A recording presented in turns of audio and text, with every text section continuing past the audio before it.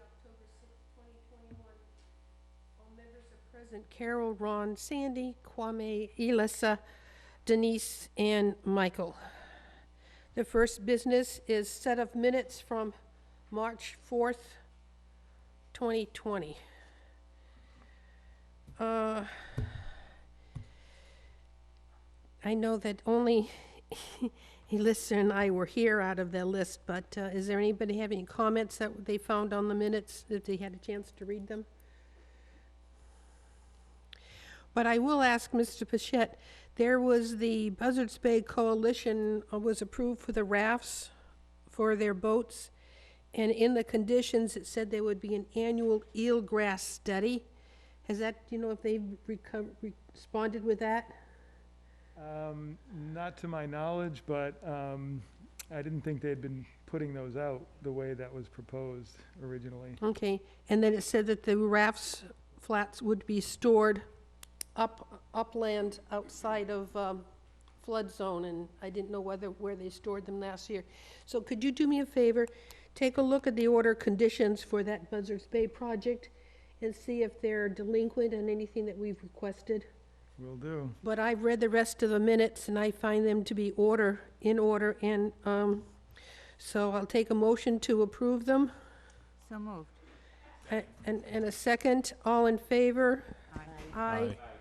Opposed, abstained, Abstain. 2 abstain, 3 abstain. Kwame, I didn't hear yours. Abstained.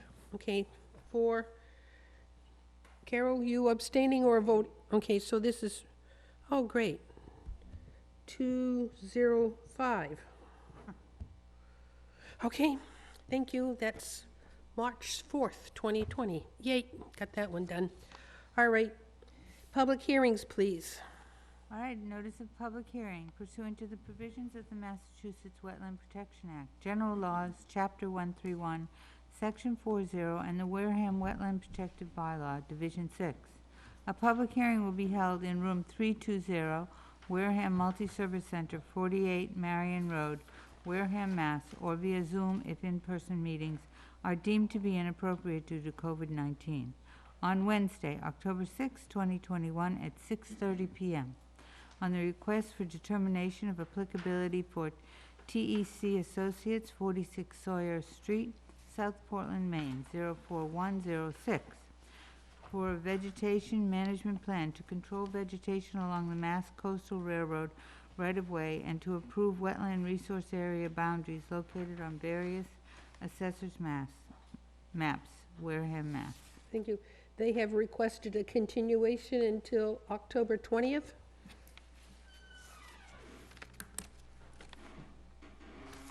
Would someone like to approve the motion to continue? So moved. Thank you. And a second, I have a motion and a second to continue until 10:20. All in favor? Aye. Aye. Opposed, abstained, it's continued. And on that note, let me say that we have several other continued hearings, in case somebody is here. Scott Gray has asked to be continued. Krista Foley has asked to continue. Wayland has asked to continue. And Wareham MA3 LLC, the 91-101 Fairing Hill Road, has asked to continue. So if anybody's here for those, we will not be discussing them tonight. Next one, please. Okey-doke. Notice of public hearing.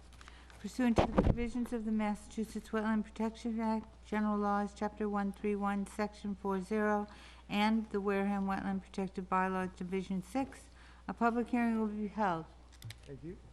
in Room 320, Wareham Multi-Service Center, 48 Marion Road, Wareham, Mass., on or via Zoom on Wednesday, October 6, 2021, at 6:30 p.m. on the notice of intent for Quabbin Plaza Realty Trust, care of GAF Engineering, Inc., 266 Main Street, Wareham, Mass., to demolish an existing dwelling, construct a new dwelling located on Assessor's Map 1, Lot 66, 15 South Boulevard, Wareham, Mass. Thank you. And who's here representing the project? Madam Chair, Bob Rogers with GAF Engineering. Thank you. All right, Mr. Pichette. your turn. Okay, so the project site is at 15 South Boulevard in Onset, and the project involves the demolition of an existing dwelling and the construction of a new dwelling in the buffer zone to a coastal bank. So the existing dwelling is to be removed and a new dwelling constructed in the same general location. And this is approximately 50 feet from the top of the coastal bank, which is the Onset Bluffs, which is across the street from the location of this project. The site is relatively flat and, as I mentioned, is already altered with the existing home. And as I said, the new dwelling is going to be built in the same general location.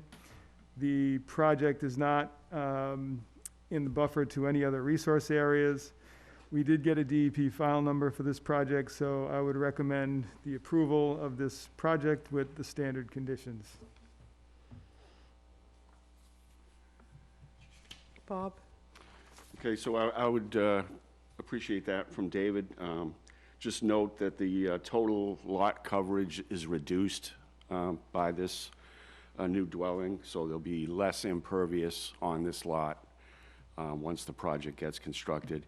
And we are also, there is a filing before the Zoning Board of Appeals. I'm not sure what the date of that hearing will be, but they will be seeking a special permit / variance from the ZBA. Because of the coverage? So, correct, and the setbacks. Okay. Yeah, they're, what, less than 50 feet to the ice fence? No, 5 feet. So, I don't think you can walk between the two buildings, but that's beside me. Only if I do it sideways. so All right. I just Sorry. wanted to provide that information. Okay, thank you. Kwame, any questions? No questions.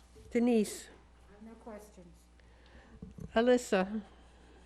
I guess I just have a question, and that is, you'd mentioned the house is going to be smaller? No, the total impervious coverage on the lot will be reduced. So the dwelling is obviously slightly bigger, but the paved driveway is going to become crushed shell, and there's some concrete patios on the side of the existing house that will become lawn. They will become lawn Lawn, correct. with no nitrogen on their lawn. Okay, thank you. We would obviously accept that Yeah. standard condition. Yeah. Michael? No questions. Carol? No questions. Ron? No question. That's a tight squeeze next to that guy's fence. Whose fence is it? Theirs or their neighbor's? It looks like it's slightly on this owner's side, on our client's side. My- Okay, it's up to the builder to put their ladder up in that angle, but good luck to them. Anybody in the audience like to speak for this project? Yep. Yes? Can you please come up? If you'd like to make a comment, please come up and introduce yourself into the mic, please. Welcome. I'm Barbara Malloy, and I own the property next to them, which is the fence line. And I just want to say I'm in support of their project. Thank I think you. it will be an asset. Thank you. Appreciate it. Anybody else? I'm seeing none. Motion to close the hearing. I have a motion to close. Second. I have a second. All in favor? Aye. Opposed, abstained, the hearing is closed. I make a motion to approve the project with the standard order of conditions. It is. Can you give me a little more juice? Can you hear me now? Can you hear me now? There we go. Perfect. His green light was on. Now you can hear me, right? So I have a motion with standard order of conditions. Second. I have a second. All in favor? Aye. Aye. Opposed, abstained, done. Thank you, Before you start anything, see Mr. Pichette for the paperwork. thank you. Thank you. Thank you. Here you go. Oh, number 3. Notice of public hearing, Sandy? Are you ready? Notice of public hearing pursuant to the provisions of the Massachusetts Wetland Protection Act, General Laws, Chapter 131, Section 40, and the Wareham Wetland Protective Bylaw, Division 6. A public hearing will be held in room 320, Wareham Multi-Service Center, 48 Marion Road, Wareham, Mass. On Wednesday, October 6, 2021, at 6:30 p.m. on the amended order of conditions. For Tina DeAngelis, care of Lockwood Architects, P.O. Box 95, Onset, Mass. 02558. To allow a plan change to install utilities to an existing garage located on Assessors Map 28, lots 47 and 48, 21 to 23 Bayberry Road, Wareham, Mass. Yes. For those representing the project, please come forward and identify yourself. Bill Lockwood, Lockwood Architects. Thank you. Mr. Bichette?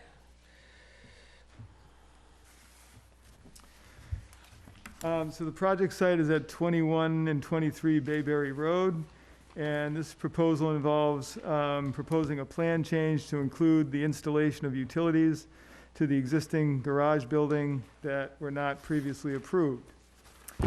This work is in the buffer zone to a coastal bank and within a coastal flood zone.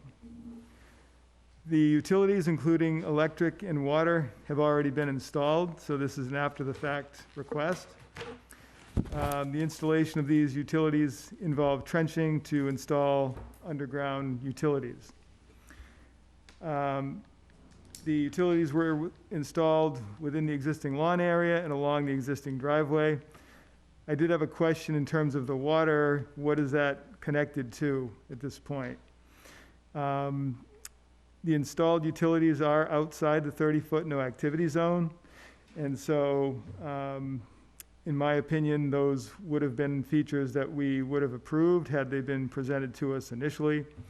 I did have a question and had brought this up to Mr. Lockwood previously regarding the interior of the building, because there is a stack on top of the building, so people were questioning whether or not there was plumbing within the building, and so I would like that also to be addressed. Again, this is an after-the-fact filing, so there should be some fine to address the work being done prior to getting approval. And I did want to try to get some response from the building inspector, but as to their position on this whole thing, but I have not seen something at this point on that. I did get a letter from Mr. Lockwood who stated that there is no plumbing in the building at this time, and he did address the reason for the stack as being sort of put in with the expectation of possibly being able to do something down the road with that. So is that your position? That's correct. There are no plumbing fixtures in the building at this point in time. I'm here to state that under oath, stab myself and Yeah. write it in blood if necessary, but that's the case at this point in time. Whatever the clients, we did not design any plumbing into the building. The water was there for an outside spigot. At this point, it's connected to nothing. It's just a water line in the trench at this point. All right, so the water's just dead-ended with a cap. There's nothing Correct. connected at all? Nothing's connected at all. Okay. That's all I have, Madam Chair. Thank you. Anything else to add, Bill? No, this essentially is a bookkeeping thing, putting on the drawing a couple of lines that should have been on the drawing in the first place. I didn't get the surveyors to put that on the drawing. Not that we're trying to hide anything or not do anything, so just bookkeeping. But the builder put them in even though they weren't on the plan. The builder put them in even though they weren't on the plan. Thank you. Questions on the board? Carol? No questions. Ron? Before I ask my questions, is this the second amended Wasn't there an amendment for a driveway at some point too? Yes, that's correct. Okay, so there was 2 amendments, both This both is- after the fact? This is the second one. Okay. So, I mean, I have a lot of questions. I'll keep it brief. I'll keep Go it easy. for it. It's your Um, time. So, this is the second after-the-fact filing on the original order of conditions. The first one being a driveway that was added, and then the second, now we're talking about electricity and water. Correct. And this is just me, but I don't believe that a builder's gonna put something in without being told to do it. I don't agree with it. I don't think it should have happened. To me, it was, in my opinion, and I'm entitled to it, it was deceitful, to do those things, and then now you're coming to the commission after the fact. And I don't agree with it. And, I mean, we need to discuss fines on both, not just the second. And I don't think it should be small. We're starting to see a lot of things happening on projects that we're approving and then coming back after the fact. I think as a commission, we need to stop being easy on the after-the-fact filings, because it's not fair to the people that we approve projects to, that follow what we tell them to do to a T. So that's my 5 cents about it. I don't agree. I don't believe it should have happened, especially without us being able to talk about it prior to it. Thank you. That's it. Anything else? Kwame? No questions. Denise? First, I have to state that I've worked with Mr. Lockwood in the past on a project back in 2015 or 16, but I don't feel that that would have any influence on my decision-making process. That said, there is a separate electric meter on the outside of this house. Yep. Why? You'd have to ask I do not know why there's a separate meter there. 'Cause I just was wondering, if this is a garage, why in the world do you need to know how much electricity you're using in your garage? If I had, Also, the water spigot is attached to the house on the side, and it had a hose coming off of it, and it was attached to a sprinkler that was obviously sprinkling and watering the grass. okay, Are there outlets in the storage area on the second floor? what's that? Outlets, are there outlets up there? Electrical outlet. Electrical outlets? Yeah, there may be. There may be. I thought, reading through the plans, that this was originally supposed to be just a storage space above a garage, Yes, it is. and it has turned into something that you can walk into, that has actually sliding glass doors, that has a balcony, that has a bump out at the top with windows. It has all those things. It does. It looks like to me Shades, that it's, and has shades. it does have shades, that this is actually going to be, and with the bathroom venting, additional living space. And Denise, I'm going to stop you. That's well beyond our scope of Conservation Commission. How the building is used, those comments of the building inspector. Well, I think that it is all relevant to the extent that they are telling us certain things that they're going to do, Yep. and everything has gone beyond That's that. building inspector, because we can only talk about what is touching the ground associated with yeah, conservation. and Okay, well really- then, how about the patio that's on the back end of it, that's now there? Well, there was the patio on the plan, Doesn't look like there's a patio on the plan here. It says there's an existing shed, a small existing shed, but and I don't see patio. We're, Not I on this see a s- plan. got something on the end, we got something on the side. There's a porch over here, but I don't see a, do you see a Sandy, patio? is this- That's on the regular house. You'd be over here. You see the existing garage? There's now a patio to the back of that garage. So you're telling me there's a bigger footprint for this garage than what is on the plan, Correct. Mr. Locker? Bill? If there is, I'm not aware of it, and maybe did not pay attention to it, but I'm not, I did not go out there. I went out there to see specifically whether there were plumbing fixtures in the building recently. That was the entire purpose of my trip. I try not to, So, Mr. Bichette, have you been there recently? I haven't been there this week, but I've been there previously and have seen what the building looks like. And I was aware that the utilities were already put in. Denise, I you have don't, not been inside the building ever. No, the question is, Denise is asking the question, is there an additional patio space outside of the structure seen on this plan, beside the one that is facing the water? Is that your question? Yes.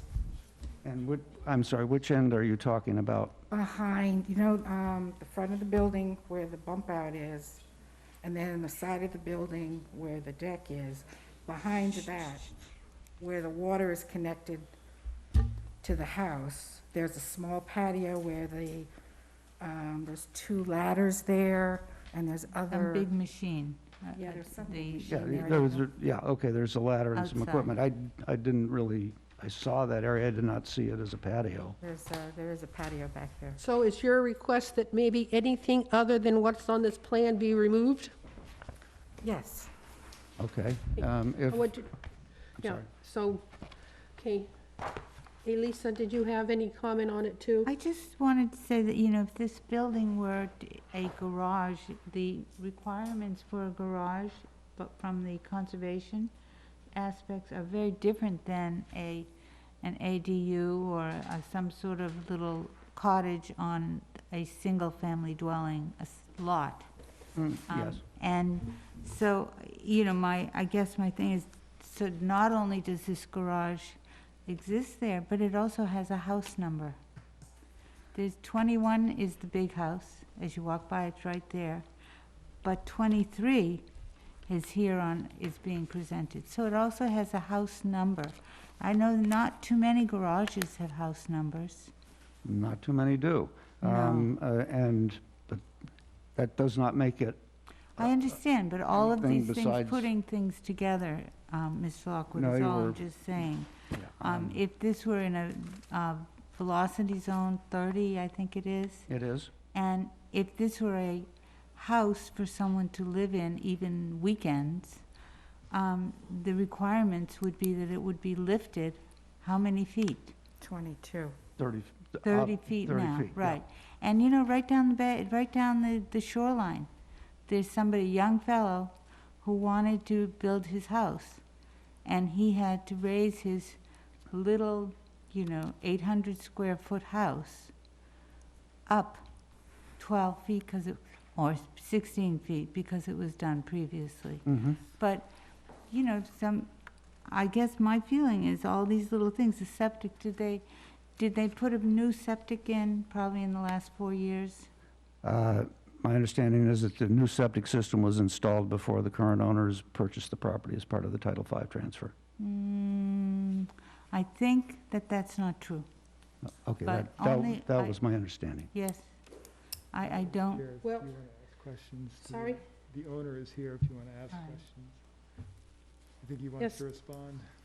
so, all right, so my main thing is, it seems to me, a lot of things were done not thinking that this was, not thinking clearly, and that the ramifications of having a place that people live in, it Yeah, the should be, ramifications of having a place that people live in I take quite seriously, ma'am. And okay? this is not a place that people can live in. It does not have the services for people to live. It does not have the safety features for people to live.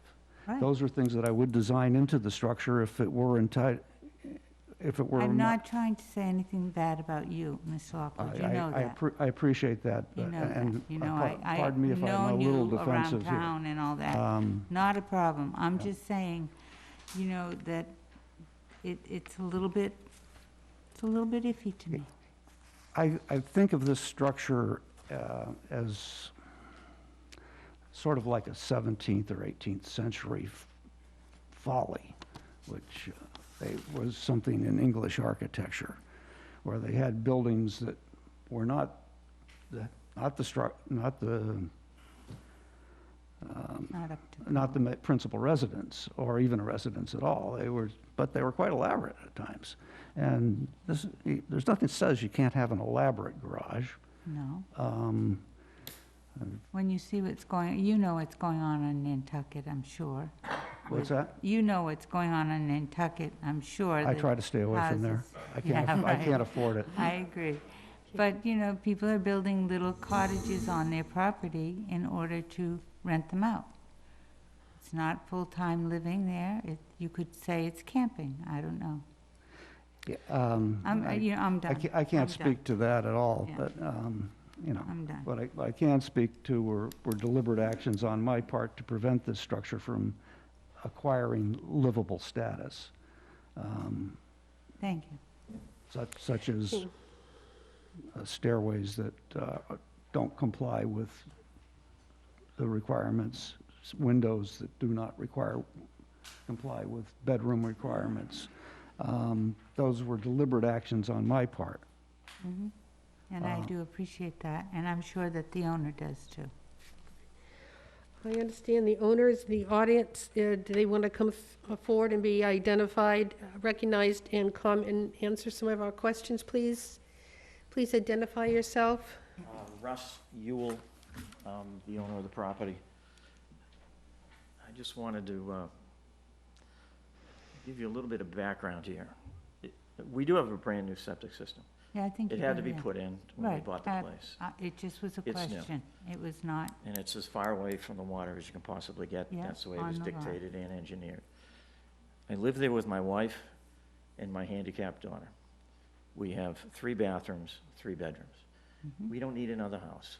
I wanted a garage. I have an antique car that I'm paying a fortune to store. The garage is very small. Literally, it's 26 feet on the interior by roughly 13. I can barely get it in there.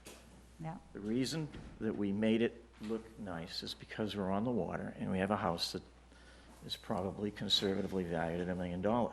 I wasn't going to go to Home Depot and buy a portable shed to put up there that'll fit my vehicle.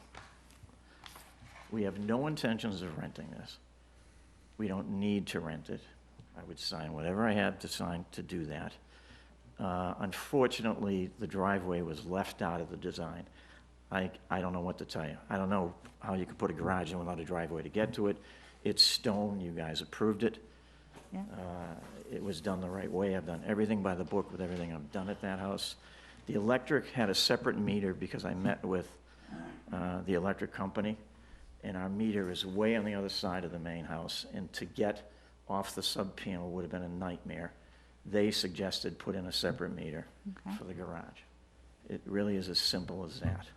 The shed that we tore down had water to it and a spigot. I do not have a spigot in that house. We have a water pipe that was already there that we folded into the trench when they put it down the middle of the driveway for the electric.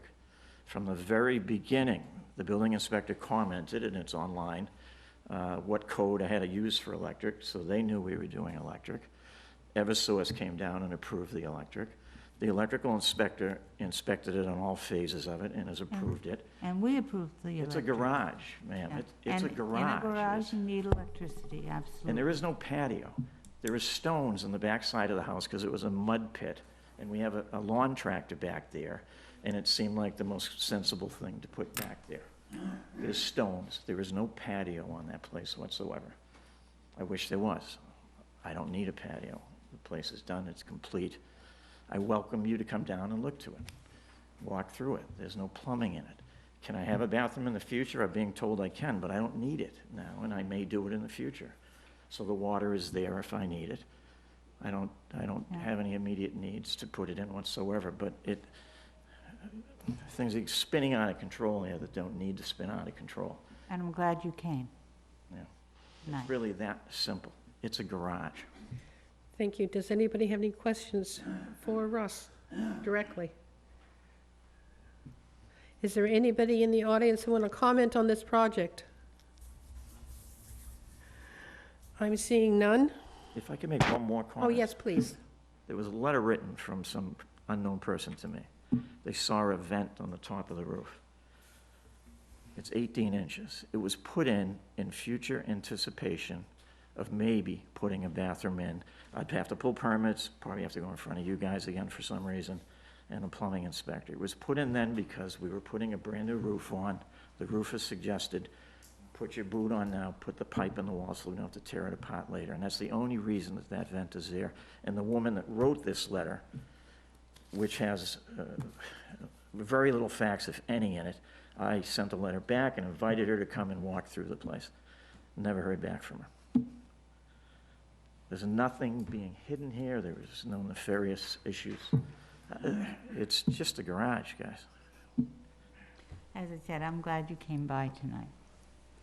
Thank you. Okay, there's no other comments. Someone wants to close the hearing? Motion to close the hearing. Second. I have a motion and a second to close the hearing. All in favor? Aye. Aye. Opposed, abstained? Thank you. The hearing is closed. What would the board like? Well, I think we need to discuss the fines for the work being done prior to approval. We have two separate actions that came to us after the fact.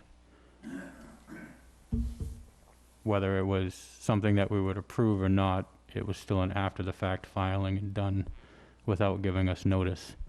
And we had a lot of questions about consistency come up here in the last several months. And part of the consistency needs to be fines, separate fines for both actions. Didn't we already do fines for the driveway? I'm not sure that we did, so I would include that in the motion, and if, in fact, it has been done, then it would not be duplicated, but I don't believe that was the Okay, case. to clarify, $200 fine, any work requiring Conservation Commission approval in flood zone or 100 feet from edge of wetlands or 200 feet from riverfront that would have been permitted, plus filing of a request for determination of applicability or notice of intent. So looking at our fine schedule, it would be a $200 fine for doing work prior to approval that we would have approved, because everything's outside of the 30-foot. Correct. So it would be $200 issued to the contractor and $200 issued to the homeowner, correct? Yes. And that would be for both instances. So we'd be talking about $200 for the driveway to both the homeowner and contractor, and then $200 for the electrical and water to the homeowner and Mr. contractor. Lockwood, do you know whether or not the same contractor did the electrical utilities and the driveway, or were they the same contractors? I don't know. Russ? An electrician did the trenching for the electrical service, and it was a totally different contractor that did the driveway. Okay. Will you be able to provide Mr. Pichette with the name of those two separate contractors, and we will issue a fine? We will check our records to make sure we haven't already done a fine for the unpermitted driveway. It would have been permitted if we had known about it. So that's the motion. Yeah, so the motion for the fines, yes, is $200 for the driveway, $200 for the electrical. To both the contractor and the homeowner. Second. I have a motion and a second, and approval of the amended order of conditions. Is that, Should we do them separately? Dave, should we do a separate motion for the You can do fines? them separately, that's fine. I think we so should the do them motion that's separately. on the floor for the fines? I had a motion, I had a second. All in favor, say aye. Aye. Opposed, abstain. Okay, Mr. Bichette will do some research on the driveway. And now for the second motion being the amended order of conditions.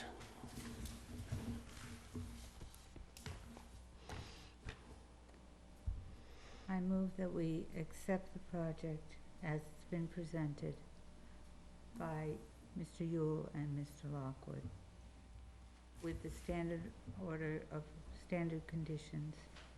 And I don't think we had anything else, did we? David, no. Second. I have a motion for the approval of the additional amended order of conditions. I had a second. All in favor?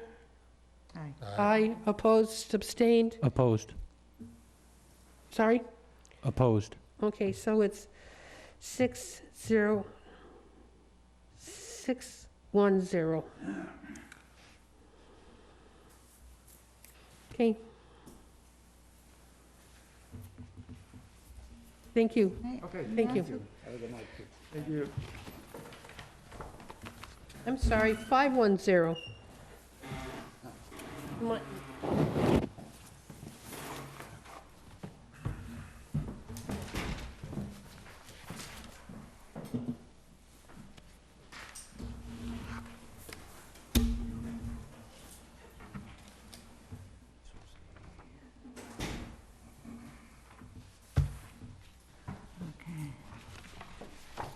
I'm just making a note on my notes that Michael left the table before the discussion and has returned after the vote was taken.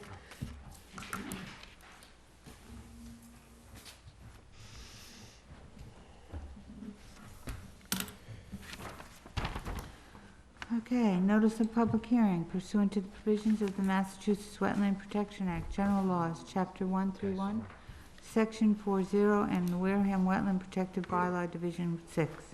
Public hearing will be held in room 320, Wareham Multi-Service Center, 48 Marion Road, Wareham, Mass.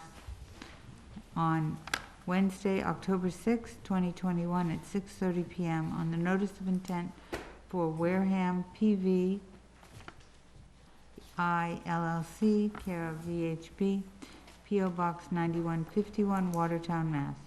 To construct a large-scale ground-mounted solar array located on Assessor's Map 115, Lot 1000, 0 Route 25, Wareham, Mass. I think you went out of order. Oh, I'm sorry, I did. Yeah, there's, I did. yes, Great Neck Road. All right. Go back. So you did the hearing for the Wareham PV LL? I did, Yeah, that's what we're going to do right now, all right. the solar project. Please identify yourselves for the record. Good evening. I'm Christopher Wagner, a senior environmental scientist with VHB. Hi, Sarah Eba, the site civil engineer with VHB. Is there a Can you- good place can you- to set these up? There was a There's an trifold, easel on the back you can bring forward. and I didn't get the first name. Her name is Sarah. Sarah. Eba.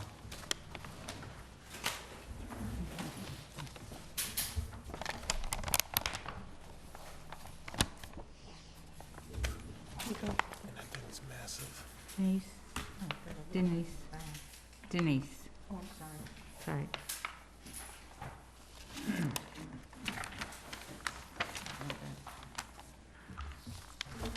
You see this?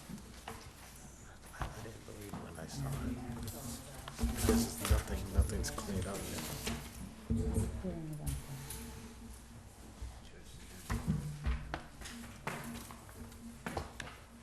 They still have that other signature page. I remember. Thank you. Project site. Mr. White, can you see those? Okay. Denise. That's right, yeah. Mr. Bichette will read to the project, and then we'll ask you for your comments. Sure. The project site is identified as 0 Route 25. The access to the site is really off of Charge Pond Road, next to the Wareham Municipal Maintenance Building. The project involves the construction of a commercial solar array in the buffer zone to bordering vegetated wetland, isolated wetland, and within riverfront area. A 3.5 megawatt solar array is proposed on 12 acres of this site, which the overall site is approximately 22 acres. Some of the land where the solar is proposed is already cleared, but the project would require clearing some additional acres of forested land. When we had our sort of meeting about this initially at the town hall, there was a question of the exact acreage, and so maybe you can kind of go over what that is in a moment of forested land that would need to be cleared. We did get a DEP file number for this project. Typically, projects of this nature are also reviewed by the town's engineer to determine if the project meets the required stormwater standards. So I would recommend that this be done prior to the commission making any decisions on this particular project. Like with many of the other solar projects, this would also be fenced in as part of the requirements for the solar array. So at this point in time, I would recommend that we continue the hearing so that the process of having the town engineer review this can happen. And I'll let the applicant present the additional information. Christopher? Thank you. Does it work for the commission if I stand and project, or do I need to be at the microphone for You recording? need to be on the microphone. Okay, well, I'll come. Actually, you want to switch seats real quick? Yeah, absolutely.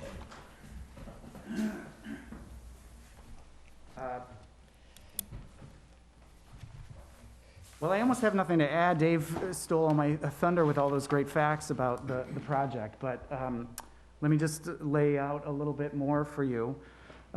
This aerial is showing basically the existing conditions on the site. As you can see, this is oriented about 90 degrees, so north is to the right of this photograph. So as you can see, basically most of the northern half of the site is already cleared. There was a former sand operation there. The southern portion of the site, sort of the head of the golf club, as it were, and the shape of the site, as you can see, is still wooded, and that's the area where a lot of the panels would go. But we would have panels going basically up the length of the site, and we'll show that in just a minute. As Dave mentioned, it's about a 22-acre site in total.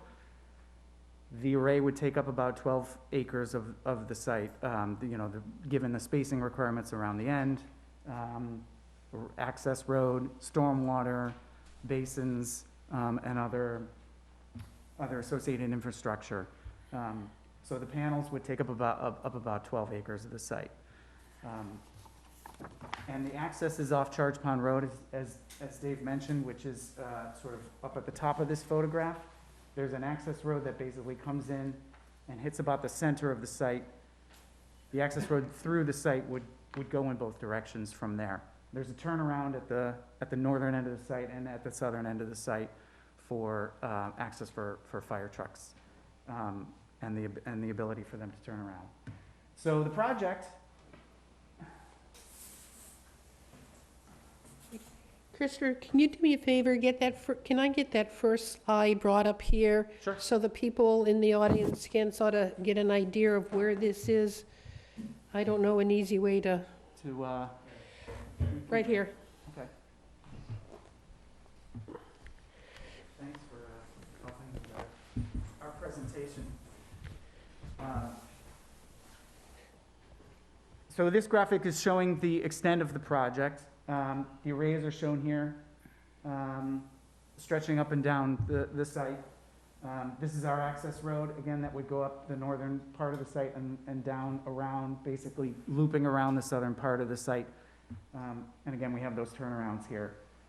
The arrays would consist of panels, and then there's also a small concrete pad for battery storage. Battery storage would be part of this site. There'd be a small array of batteries that would store power from the array and release it back into the grid when the array's not actively capturing the sun.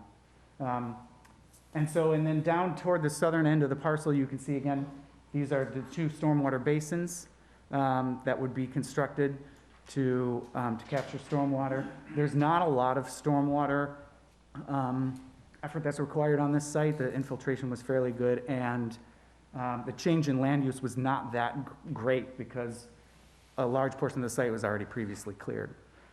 So we have that taken care of. And then in terms of impacts in jurisdictional areas for the commission, we have a small amount of impact, a little about 4,700 square feet of impact within the outer edge of this riverfront area from the stream. I should mention, let me back up for a second. I should mention the wetland areas on the site. So we have one small isolated wetland that is way up in the northeast corner of the site. Again, it's small enough, would not qualify as ILSF under the Wetlands Protection Act, but it would be obviously jurisdictional under the bylaw. So we have that noted here. And then the main wetland area is a stream that flows down on the neighboring site to the east. And the riverfront area from that stream extends, you can see a portion of it extends onto the site here. There's also a little bit of buffer zone that extends onto the site down in the southeast corner. This orange line represents the 50-foot no disturb zone from those wetland resource area boundaries. This blue line represents the 100-foot buffer zone, and then this purple line is the 200-foot riverfront area from the stream. The project is not proposing any work within the 50-foot no disturb zone, and really very little incursion actually into the buffer zone in any area. There is one small corner you can see up in the northeast where there'd be a portion of the road that would be going in that section. And again, this is what I sort of jumped the gun getting to this part. There's some, a small amount of clearing that would be required to take the tree line back to the edge of the property line within that buffer zone, and that's mainly for shading, for shading relief for the panels. But there's really no other real work that's going on within the buffer zone in an area that's not already disturbed. This road is basically going to be on the site of an existing dirt path that's there already, basically the eastern side of the site. And so you can see down in the southeast corner, there's no incursion into the buffer zone or the riverfront area down there. So that's an overview of the project and of the impacts that would be happening to jurisdictional areas. Sarah, I don't know if you have anything to add on stormwater or? Yeah, I think he mentioned the infiltration was suitable on site. We did some preliminary test pits. The groundwater was a little bit high, so the basins themselves are a bit shallow, about 1.5 feet deep. But again, mitigating the stormwater runoff and providing some infiltration on site. To clarify your question from earlier, there's about 11 acres of clearing on the southern parcel of the site. But again, adding the meadow mix on the northern part of the site as well underneath the panels, that is currently sand. So this area is the 11 acres that will have to be cleared. Correct. Okay, any other comments before I start asking the board's questions? Okay. Carol, any questions? Not at this time, no. Ron? So the total acreage of solar array is 12 acres? That's right. So currently, there's only about 1 acre that is de-wooded at the time. So you've got 11 acres to clear to make this project happen? I think it's about 22 acres. There's about 10 acres that are cleared. No, so it's a 22 acres of total solar. Correct. Okay. No. So, I see what you're saying. so there's Yes. 11 acres that need to be cleared for the solar array. That's right. Okay. And did you say 3.5 megawatt? That's right. That was going to be a question or a comment I was going to make. Just to clarify, you're stating that the solar array is 12 acres, but you're just counting where the actual panels take up. That's right. It's 12 The panels of project- area. The That's project correct. that's going to be fenced in is going to be closer to the 20 acres. It's good, yeah. I think it's probably in the 18 to 20 acre range. Yeah, so we would call that a 20-acre solar project, Okay. just, so everybody's on the same page. That's kind of what I was getting at. Yeah. Is you have 12 acres of panel, but you're going to be fencing off about 20. Fencing up, that's right. Yeah, so in a sense, it's a 20-acre project, not 12, okay. That's it for now. I think there's a lot more to probably ask down the road once we start to see some other things come through. But yeah, that was my two big questions, was just the amount of actual woods to be cleared, and then just clarifying that it's not actually 12 acres, it's technically considered 20. Okay. Okay. Michael, any questions? Yeah, I noticed on one of the maps that was sent to us, that the floodplains end, the floodplains end just south of Route 25. Given that there are, say, brooks, ponds, reservoirs, whatever, north of the project site, there are no other wetland, floodplains in that general project vicinity? No, I mean, we have the figure included from FEMA in the submission. Oh, okay. All right, secondly, let's see. And let's see. And there will be direct impacts to wetlands on both sides of the project, correct? On the north and, or on north side and south Correct. side? There'll be Yeah. direct impacts. All right, so we'll have to see. All right. Okay. Go ahead, Melissa. No, I'm sorry, go ahead, Sandy. Alyssa? No. Denise? I have a couple of questions. So there is activity happening within buffer zones and riverfront areas, and you understand that we have to be consistent in what we do from project to project. We can't give one waiver and then expect not to give a waiver down the line to somebody else. You understand that? Correct, we're not, and Okay, I just all want to right. make a point, just clarify that we're not asking for a waiver. Well, it says here that you are. The applicant respectfully requests a waiver for the proposed work within the 100-foot buffer zone resource area. Well, I meant a waiver from the 50, in the 50-foot no disturb, because we have no work proposed there. But, Right. I mean, technically, we're not really asking for a waiver for work in the buffer zone. It's an order of conditions. Dave, what does it mean? Can you explain it to me? Yeah, I don't know how the specific wording was in the application, but if they're just doing work in the buffer and they're outside the 50-foot, then that's something we can That's the issue an no order of activity. conditions for. Okay, So so, that's what they're asking for. but are they looking for a waiver within the buffer zone? No, because there's No. no wavering in the buffer zone per se. Right. Okay, but then they're entering areas that the blue line is what? The Tell me. blue line is the 100-foot buffer zone. Okay, and you're doing work within that? That's right. Are they Yeah, allowed and to that's work within the buffer zone, or do we put, They're asking for permission to work within the 100-foot buffer zone, but they're outside of the 50-foot no activity. zone? Okay. My other question is, how long, you put this array in, and how many years are you expecting to work off of this array? And what happens down the line? Do you have a plan in place for the end of this thing's life? Yes, we do. As to let me take your first question first, which is how long. Do you know, actually? I think it's a 20-year 20 lease years? term. I will have to double check that. That's right. But I'm pretty sure it's 20 years, but I can get that, a definitive answer for you.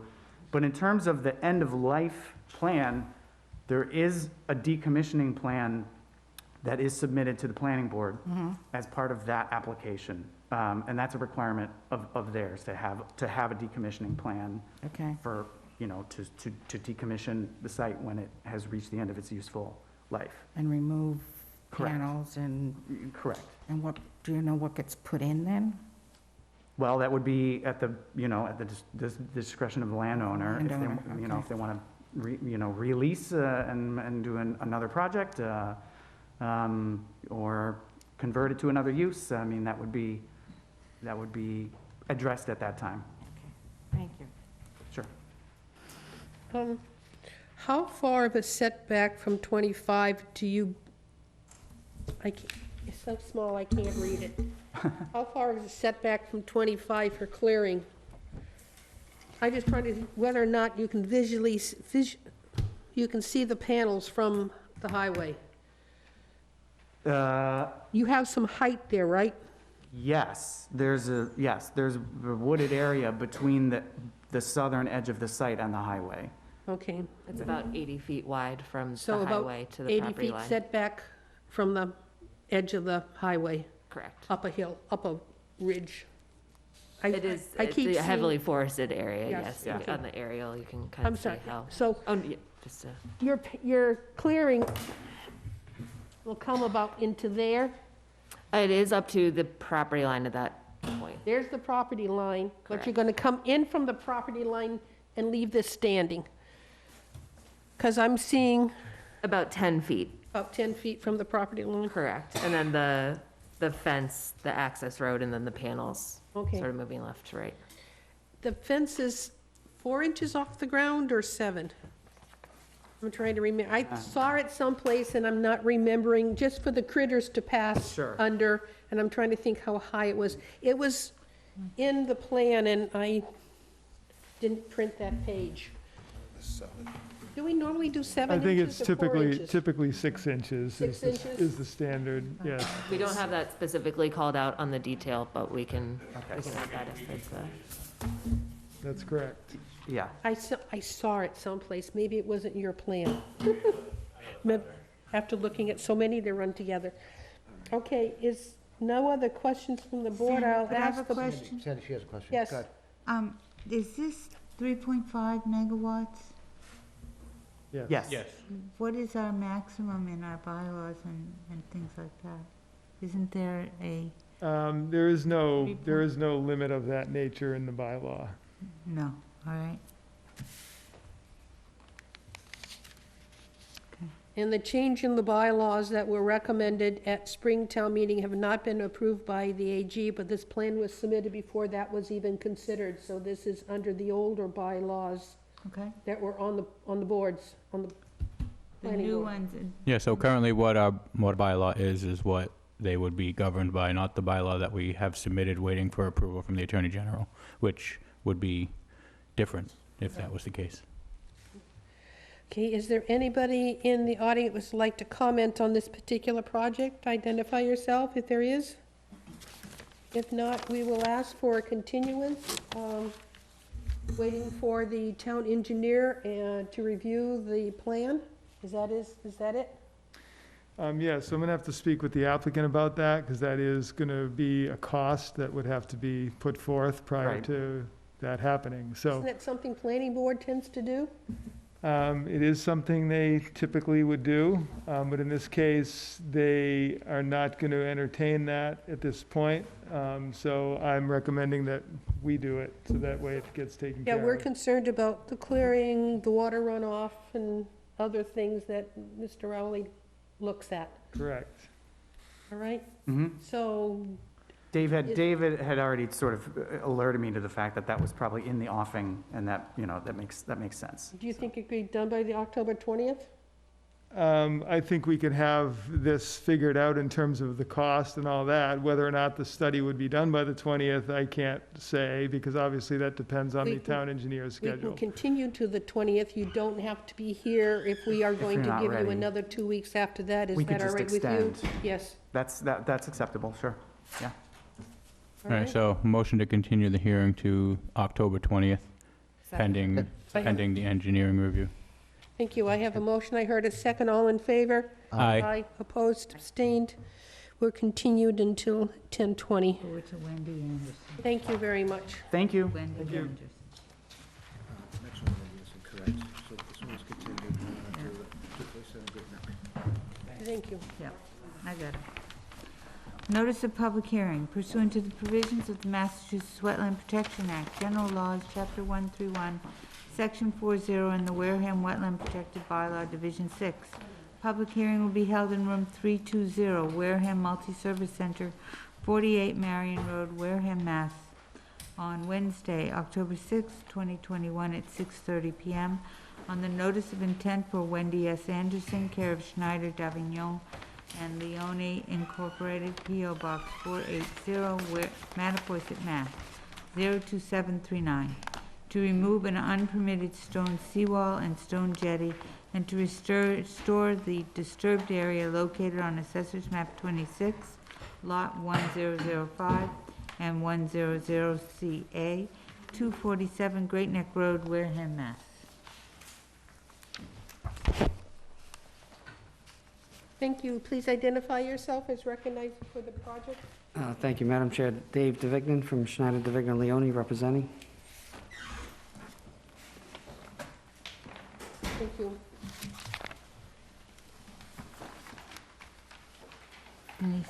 Denise. Did you walk down? Pictures are right there. Thank you.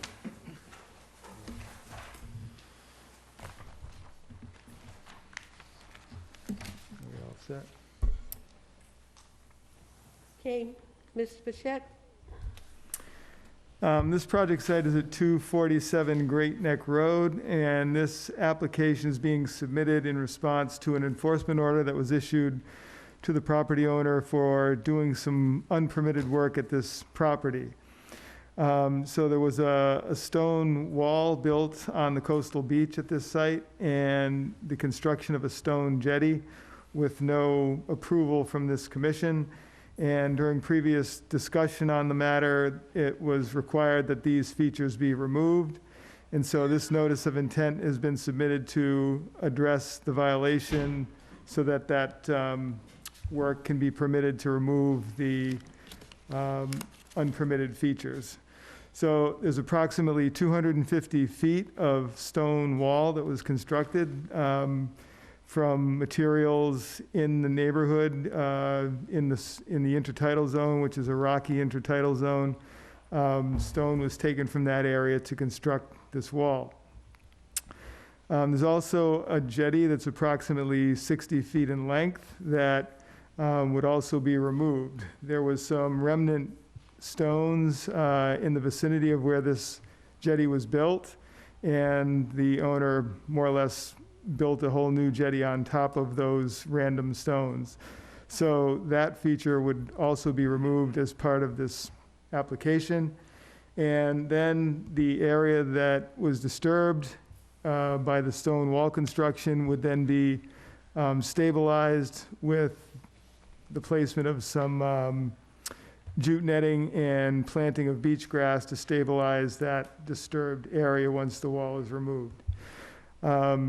So we had met out on site with the engineer to go over the work, and there was some question about the type of machinery that would be used, the access, and so forth.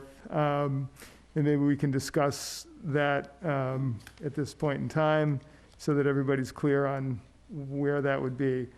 So the discussion sort of ended up with the access to get down to the work area being on the side of the house that's closest to you when you would enter on the driveway side. On that side, the slope was a little bit more gentle, and there is an existing access way down to the beach on that side of the house. So I'll leave that at this time and have the engineer speak to that a little further. We did get a DEP file number on this project. The site is also within the estimated habitat of rare and endangered species, and we did not receive comments yet from Natural Heritage. So ultimately, I would recommend that the hearing would be continued for those comments.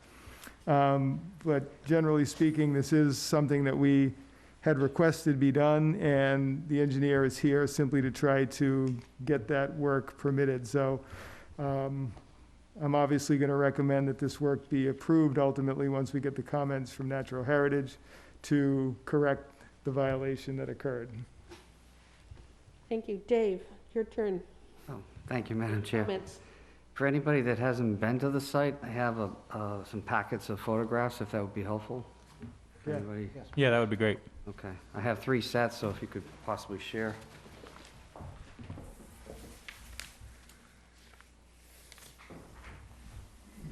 Thank you. Thank you.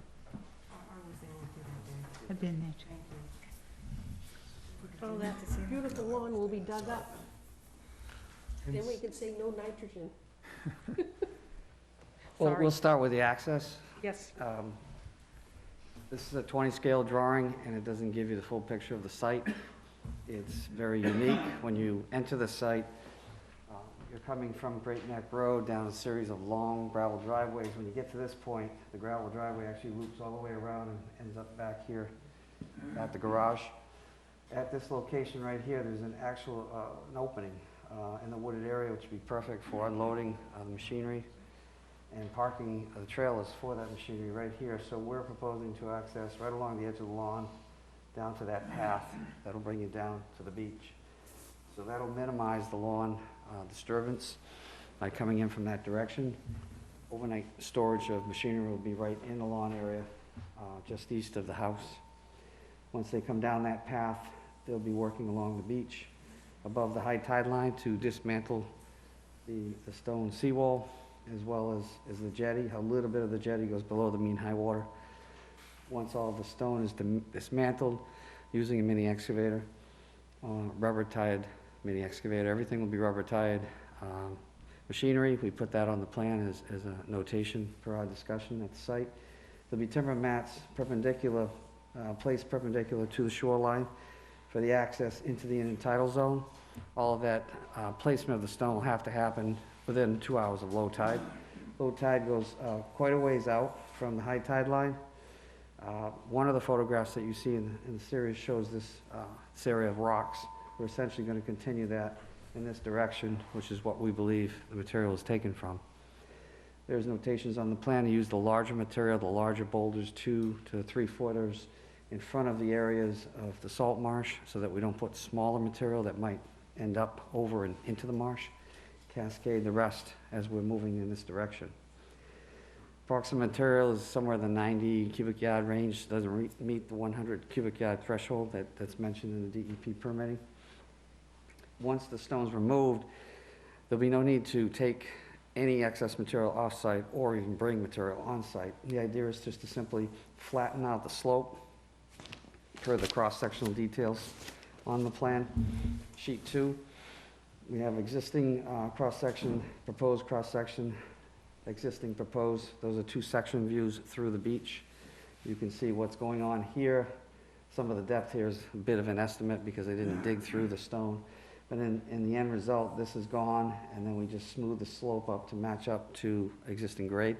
Slope will vary because the area between existing grass and the toe of the stonework, some areas it may end up 2 to 1, 2.5 to 1, but some areas will be able to flatten it out to 4 to 1. So it really is contingent upon what's left for a space between, because it does vary on where the stones were placed. The jetty itself, if you look through the aerial photographs, a history of the site, you'll find that there are, within that boxy-like jetty they built, there are large boulders. You know, there was a structure there. We're going to bring it back to what that looked like in the photographs, which essentially is just a series of large boulders. So the smaller material will be taken out, and the larger material over the center will stay there. So I'm probably estimating about 65% of that will be removed. There's a small section over here in one of the photographs at the beginning. It's sort of like a vertical wall, maybe 2 to 2.5 feet tall. I think it's about 2 feet tall. It's a shelf, almost like a sitting shelf. That'll be removed as well. This is just nothing more than a row of stones that are about that high from the beach. That wasn't something that was built like this over here. So everything you see in yellow in the plan will be removed. The dark green represents some vegetation that's pretty thick at this point in time, and the lighter green areas over here are dense beach grass. We'll be planting essentially everything you see in yellow from there up through the white area, right up to the green, all beach grass, 12 inches on center. Given the time of the year we're in, the beach grass will probably be planted next spring, but the applicant would like to take care of this before she heads to Florida this fall. She's indicated to me that's her intentions. Is there a question as to whether or not the fall and winter storms will erode all the beach grass? I mean, you were expecting at the top of Buzzards Bay to be, has some very nasty waves and high seas for that time of the year. Well, it's one of the reasons we're putting the geoju netting down, You think it'd but be- we're not planting anything this fall. We'll plant in the spring, give it all summer to take. Okay. Yeah. Sorry. And it might need, might need some maintenance. Okay. Questions on the board? Kwame, No questions. Denise, No questions. Alyssa, No, it's an impressive project, though. Big project. Michael. Just one concern, did any issue pop up about any potential eelgrass in the area if we disperse any rocks It back into the is water? essentially all sand with a lot of cobble, and what you see here is actually salt marsh. We're not going beyond the low tide line. There's no eelgrass in any of the areas that you see there. All right. All right, that's all, thank you. Carol, No questions. Ron. No questions. Sorry, better. No questions of the project. I think it's quite an undertaking to get rid of all that. But the one question that I am going to ask, because this is going back in, a ways back, but was there ever a fine issued for this being done? There was a fine issued, yes. At the time it came for us as a enforcement order. Okay, I just want to make sure. To be consistent, yes. So, that's it. But it's amazing that those stone walls were all done manually. I'm told You were. That's just a couple of guys built That's a strong man. some There's of the some stones pretty are a big bit, stones. Yes. Yeah. World's Strongest Man competition happened on the beach. So we're waiting for natural heritage, is that it? Yes.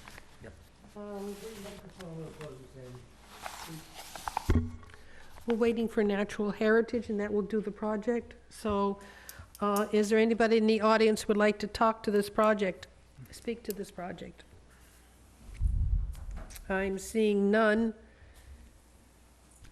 So we're gonna continue Continue. this till we wait for, so we're gonna continue to the 20th? The next 10:20. meeting, which is the 20th, yeah. So a motion to continue the hearing to October 20th. Second. I have a motion, I have a second, all in favor? Aye. Opposed, abstained? We're continued until, 10:20. thank you. Thank you for your time. Thank you.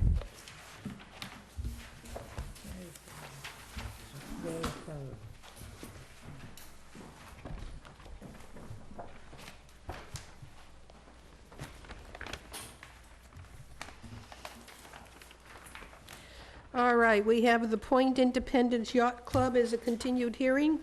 Please come forward. And identify yourselves. Madam Chairman, Bob Rogers with GAF Engineering. Paul Sullivan, Point Independence Yacht Club. Chris Cuppins with the Point Independent Yacht Club. Thank you, Mr. Bichette, please.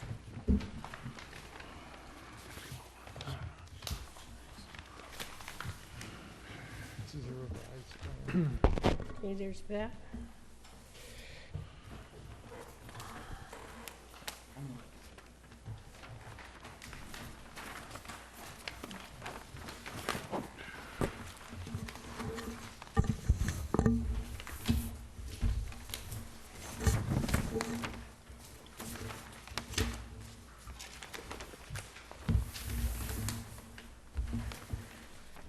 So this project site is at the Point Independence Yacht Club, and the project involves maintenance dredging in land under the ocean and within land containing shellfish. And also, the project is involving regrading the adjacent beach.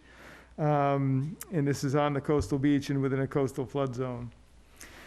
At the last meeting, we had continued the hearing because we were looking for some additional detail relative to the existing and proposed grades in the area where the beach was to be regraded and where sand was to be redistributed. The engineer did give us a plan that does show the proposed contours on the area where they're proposing to do the work. And that shows the beach grade being lowered by about 1.5 to 2 feet along against the bulkhead. I've also met and spoken with Dave Menard, who is the Director of Municipal Maintenance, about placing the sand possibly in some other areas beyond what is represented here on this plan. There were some washouts on the beach that occurred during some recent storm events that were significant, and he is interested in potentially moving some of that sand down to those washed out areas. So I spoke to Bob Rogers, the engineer, about this earlier, and I would like to have some additional time to go over that in greater detail with Mr. Menard and find out specifically how he wants to handle that particular part of the project. As far as the dredging goes, I have no issues with the dredging. It's maintenance dredging, and that material is to be placed up at the far end of their parking lot and ultimately removed from the site. So that's sort of the update on things, and I'll have the engineer make any additional comment. But at this time, I'm going to recommend that we continue the hearing, just as I said, so we can get greater detail about how Dave Menard at the Municipal Maintenance Department wants to address this particular part of the work. Because the whole thing is on town beach property. Bob? We'll find out. Yes, Madam Chair, so I think I agree with Dave's quantity as far as the contours that we're showing. I had actually, I put a little estimate of 290 cubic yards down in the beach profile, just based on like a 70 by 75 foot area, 1.5 feet deep to be pushed around. The yacht club really just wanted to address the problem area being up against the bulkhead where, right near mean high water, which is the cause of the need to dredge below mean high water. They certainly have no objection to Mr. Menard and the town. It is the town's beach. Relocating the sand to wherever the town feels that it's appropriate. But they want to be able to do this dredging project this fall. If you guys could help me out with the urgency on the time frame. And so, I don't know if, whatever the commission wants and whatever Mr. Menard is willing to do, we're going to be completely agreeable to that. Yeah. So I don't know if we can't just receive a vote of an order of conditions. I'm going to ask Right, that question. Can we divide this into two projects, one being the dredging done by Point Independence and the moving of sand being done by the town in its own equipment at what they want to do, as how we want to move the soil, but the dredging is what you're looking for. Mr. Bichette, is it possible that we can approve the dredging now and approve the moving of sand at a later time when the town says they can do it? Yeah, no, we certainly could do that. What I think might be better if the applicant's open to it is if we can continue it just for the 2 weeks till the next meeting, we can probably get these answers resolved and therefore make a decision at the next meeting and give you the time to do the dredging before the winter hits, Yeah, I think my suggestion was going to be that, because, you requested that we show proposed grades and we have done that. But now, it's perfectly reasonable that there could be another location either on this beach or off the beach. But, so if it was a special condition that the grading be done per the plan or as directed by the town of Wareham for the, we're 100% in agreement that the location of the sand should be in accordance with the town's wishes. So I would hope that could just be, this plan is approved with a special condition that municipal maintenance can put the sand in a location not currently shown on this plan. Would a different machine would be used to do the dredging than moving the soil? Yes. Well, this was, yeah. Just so it's possible, you wouldn't have to bring in the same equipment later on to do it. If you do the dredging, it's one type of equipment. Okay, Yeah, it's a completely different process. And, you know, the dredging sand is going to be moved up into the field. Yep. I don't think anyone's argued against that. I'm not sure, Dave, you would probably know, it's either December 15th or January 15th we have to be done dredging by because of the flounder. January 15th. January 15th, yeah. So Yeah. that's the only time crunch that we're up to, is being able to get this out to a contractor and get it done before then, because we don't want to go through another winter. Right. If we don't have to. Yep, no, I totally understand that, and if we could get this resolved and get it finalized in 2 weeks, would that be okay, or is that not really gonna work for you?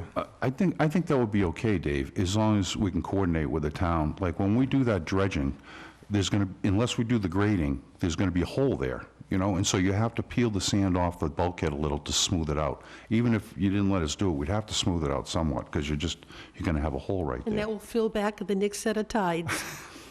Well, that's part of why we're pulling the sand and doing the dredging. Not the next set of tides, but you're right, it will fill in quickly. One storm and it's back, yeah. Yeah, I think we dredged the first year, and we kept maintaining it for a few years, and we didn't maintain it 1 year because the permit expired and it filled back in. All right, questions on the board? Carol? No questions. Ron? No questions, though. I mean, I agree with Dave. Sorry, can you hear me now? Okay. I don't have any questions. I agree with Dave. I mean, if we can get this figured out within the next 2 weeks, and, you know, if we can't get coordinated with the town at the next meeting, then, you know, make a decision on splitting it into the two separate projects. But I think if we could wait that one more meeting to get coordination with the town, I think that, you know, that would be my suggestion too. And if we can't get it in the next 2 weeks, then talk about approving one piece and, you know, conditioning the second piece. Michael? I have no questions, thank you. Alyssa?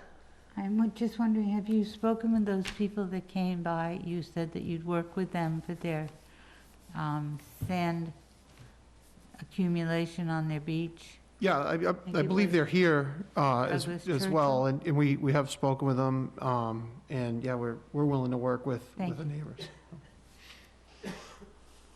Denise? And that was my question too, if you touch base with the other people. Kwame? Same here, that was my question too as well. Thank you. Anybody in the audience like to comment on this project?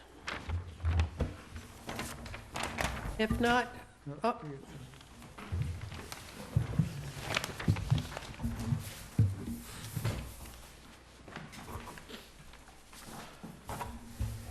Sure. please identify yourself. I'm Doug Churchill, 11 Clearwater Drive. I abut the yacht club, and we have our property abuts the public beach that we're discussing.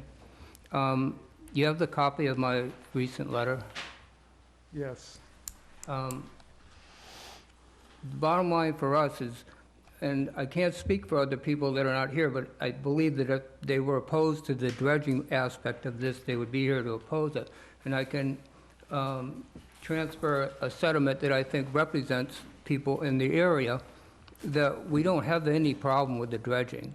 And I hope this board understands that, and I hope that they see the merits for the clubs doing so. It appears that I spoke in that letter about putting the sand in that 200-foot area. It appears that people are in agreement with not doing that, so that fear has been eliminated for us. And I don't know where you stand on the waiting 2 weeks or not, but it seems reasonable that if you separate them, that might work, but that's up to you folks. And I haven't had a chance to look at the contours, but if you do continue it, I'll get a better look at that. But the other thing that I didn't hear mentioned, though, is if you are moving the sand down to that gully area where they're getting a washout, I feel that that you have to definitely address the problem of the washout before you put the sand there. And I want the whole board to understand. I know that at our meeting when we inspected the site, you saw what was going on there, but I think that's a big problem that has to be addressed irregardless of anything. Okay. But other than that, that's all I have. Yeah, I think To the that's, board, what you have streets that are ending up at the edge of this beach, and the stormwater drains in those areas are full and no longer doing their jobs, so the water coming down the street is overflowing and washing onto the beach and putting major gullies into the beach, washing all that sand into the water. So there is an issue for municipal maintenance to clean out those stormwater drains so they work efficiently. And the question is, That's part of what has been discussed with Discussed, Mr. Bernard, and that's why we need the extra time just to go Yep. over those issues, because he does want to make some improvements to those areas. So that is going to be part of ultimately what occurs down there. sorry, Ron, I stepped on you. yeah, that's okay. No, I was gonna say the same thing. I think that's the main reason for continuing for 2 weeks is so that we can get with the town and see what their plans are for where they, I mean, that might not be the only place they want to put sand, so basically trying to figure that out. So I think part of that is addressing the issue, down the road where it's continually getting washed out from storms. So it is going to be looked at, but, that's why we got to just continue it to try I to, didn't want to assume that this is just going to be, yeah, good. Thank you. Is there anybody else who'd like to speak to this project? Please come forward and identify yourself. Thank you. Do you want to take this, Doug? Yes, good evening. My name is James Bigelow, co-owner of a property, 14 Clearwater Drive, that abuts the Point Independence Yacht Club. I just wanted to comment that we are also in favor of the assistance of the town if the municipal department will assist with this problem. We don't have a problem with the dredging. It's just the redistribution of the sand. And at the same time, if the town makes itself available to assist us property owners with, right now, again, I have 3 feet of sand that goes over our property wall into the yard. If there is a large storm, now I'm going to run the risk of the water being stuck in my yard because of all the sand that is pushed up in that area. So if the town's willing to work with that, that's all we're looking for. And just an oversight of the whole process, that's all. We are not against any of the proposals by the yacht club. Okay, thank you. Anybody thank you. else? If not, I'll take a motion to continue until October 20th. So moved. I have that motion. second. I have a second. All in favor? Aye. Aye. Opposed, abstained, will continue it until October 20th. Thank you. Thank you. Thank you. Thank you. Can I have the plan, please? Only because you said please. I said, please, Dave, here's your document back. We have a continued hearing for Marion D. Morrow. Demuro. Please come forward and identify yourselves. Miriam Demaro, 1 Blue Jay Terrace. And I'm Russell Demaro, 1 Blue Jay Terrace. Okay. When Mr. Bichette gets his paperwork together, we will discuss the project.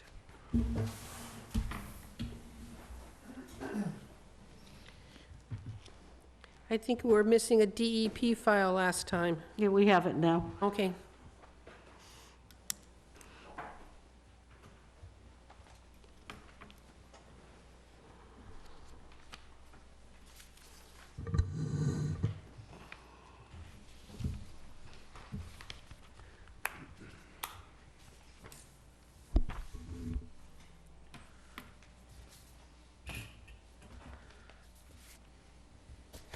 Don't need one.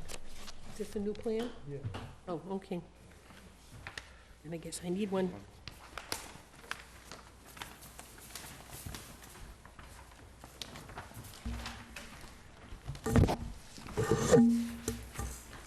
Okay, so this project site is at 1 Blue Jay Terrace in the Pinehurst area, and this project involves the removal of an existing garage and the construction of a new, larger garage in the buffer zone to a coastal bank and a coastal beach at this site.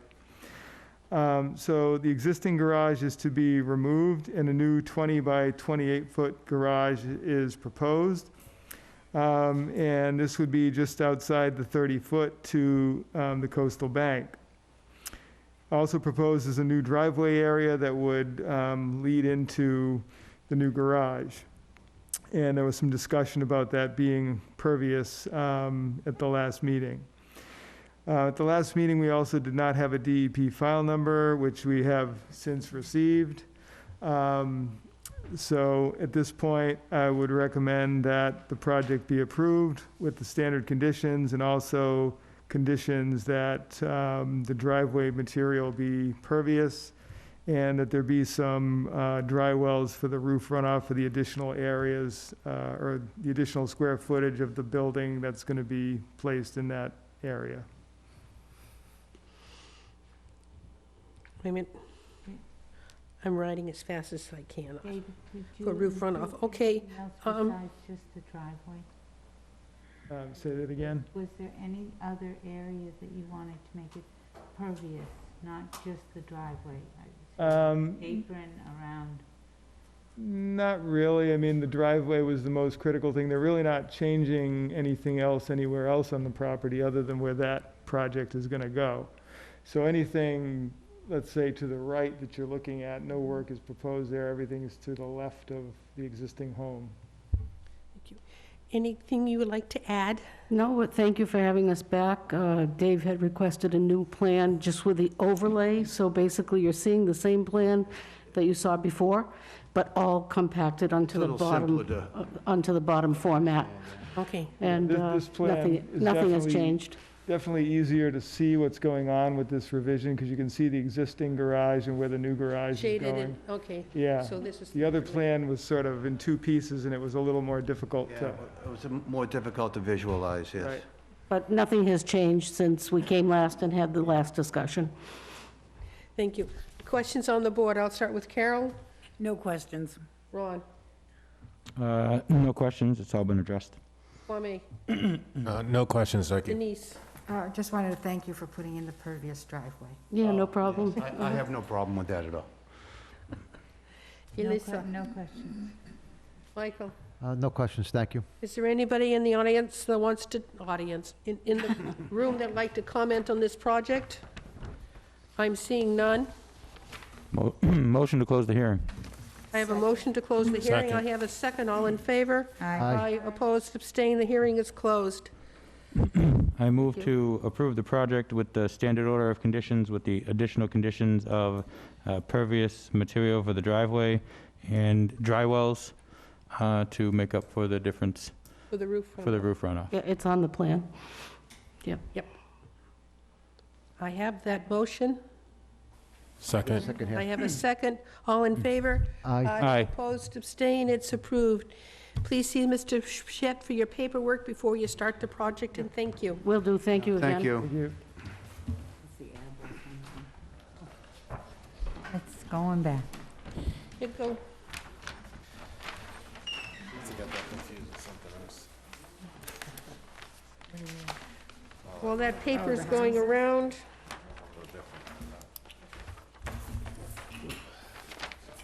the next hearing for Scott Gray, they've asked for a continuation until October 20th.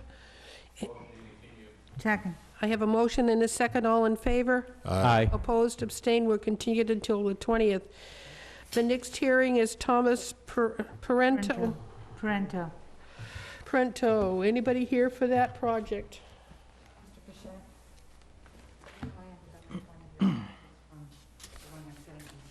Okay. Good evening, Mark Dibb with Cape and Islands Engineering. Okay.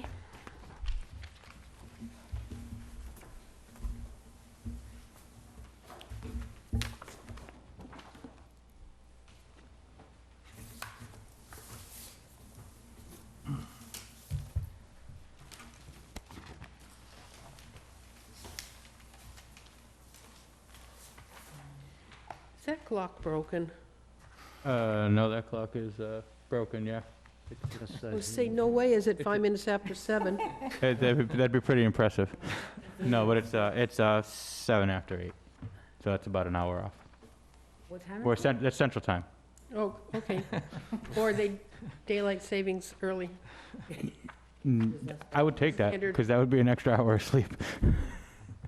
Sure glad it wasn't last night. None of us would be here. We'd be watching the game. Okay, Denise, sorry. Kwame, Is there a plan Denise. coming with this, Dave? Working on go it. to I voice. got a couple of sets here, so you might have to share it around. You want that back? What? You want that? You want this back? Do you want it? Yeah, I mean, if he doesn't have another plan, I'll play with this one. I Okay. have an extra full size if you want. Yeah, that'd be great. Is this the same one?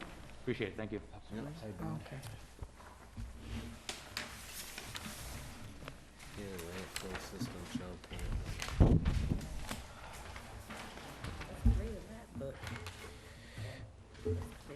The plan hasn't changed, it's still July 14th, right? Correct. Correct. Okay. Dave, you're up. So this project site is at 17 Over Jordan Road, and the project involves the construction of a pier, ramp, and float system within land under the ocean, land containing shellfish, salt marsh, within coastal beach, and also within a coastal flood zone. A 172-foot pier, ramp, and float system is proposed out into Shell Point Bay. The proposed pier would require 22 pilings to be installed, and the proposed float is approximately 200 square feet in size. So this is sort of a shallow area in general, with not very deep water depths at low tide. And so there was a question about whether or not they had adequate water depth at the end of the float based on the shortening of the pier. They still believe they have the 2 feet water depth at low tide at that point. The Mass Division of Marine Fisheries did comment on this project and did have several concerns and stated that the project would result in the permanent impact to shellfish habitat and associated fisheries access. They cite several other concerns, including prop dredging and the lack of access to shell fishermen around the new pier structure.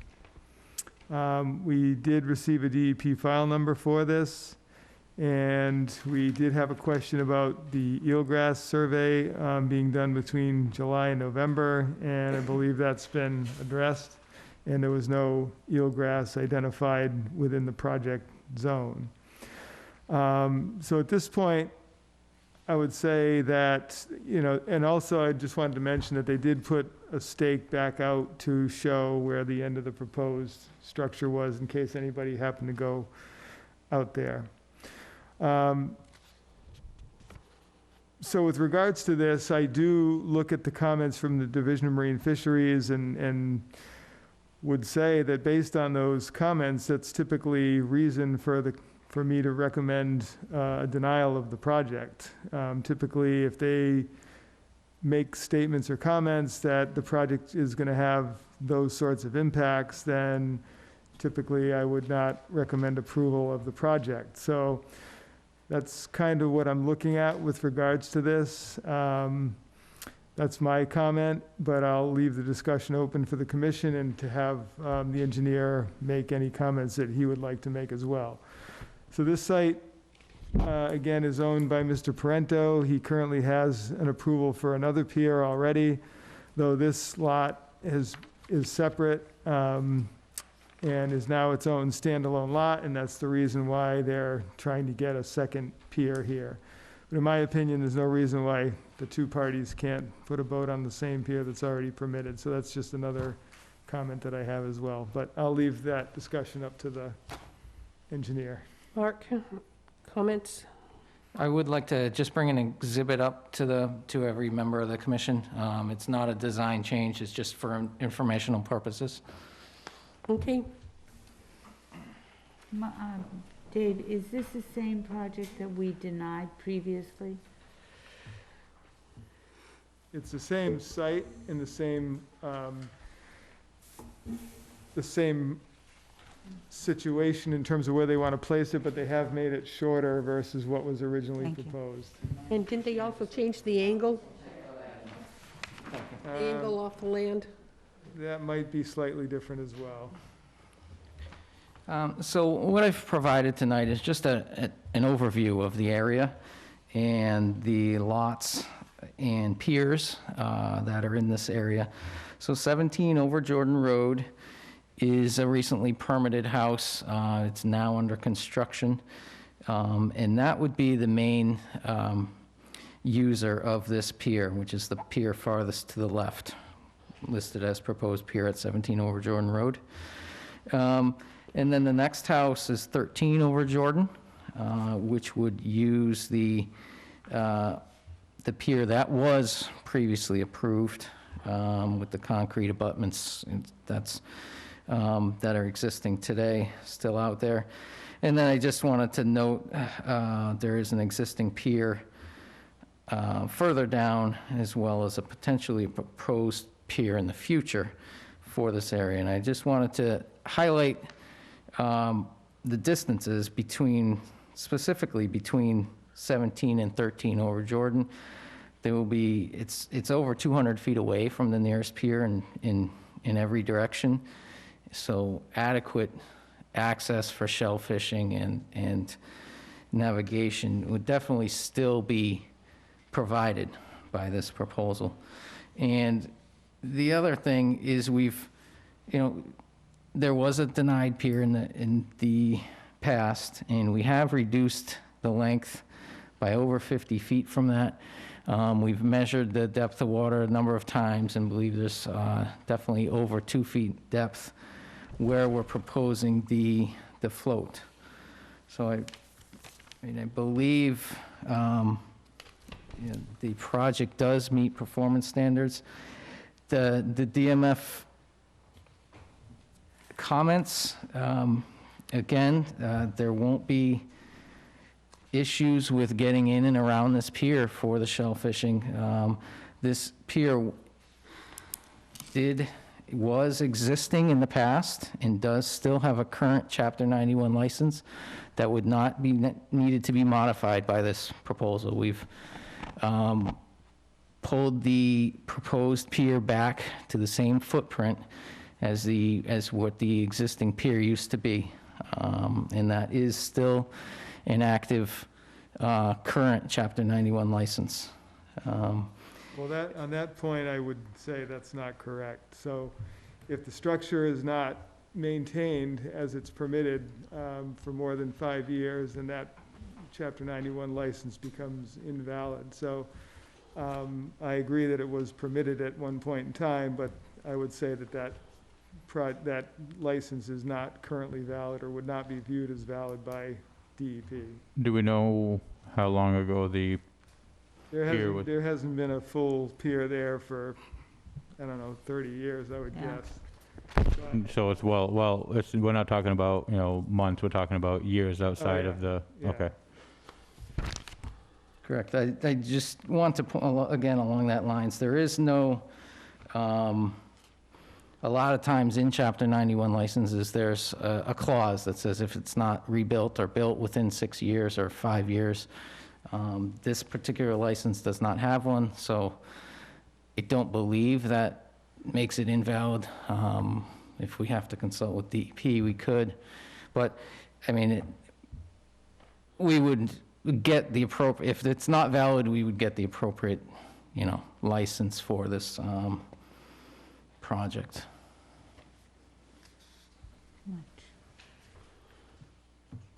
I just, through the exhibit, I did want to point out that it is definitely on a separate lot for a separate dwelling, as opposed to the existing dwelling, the newer dwelling at 13 over Jordan.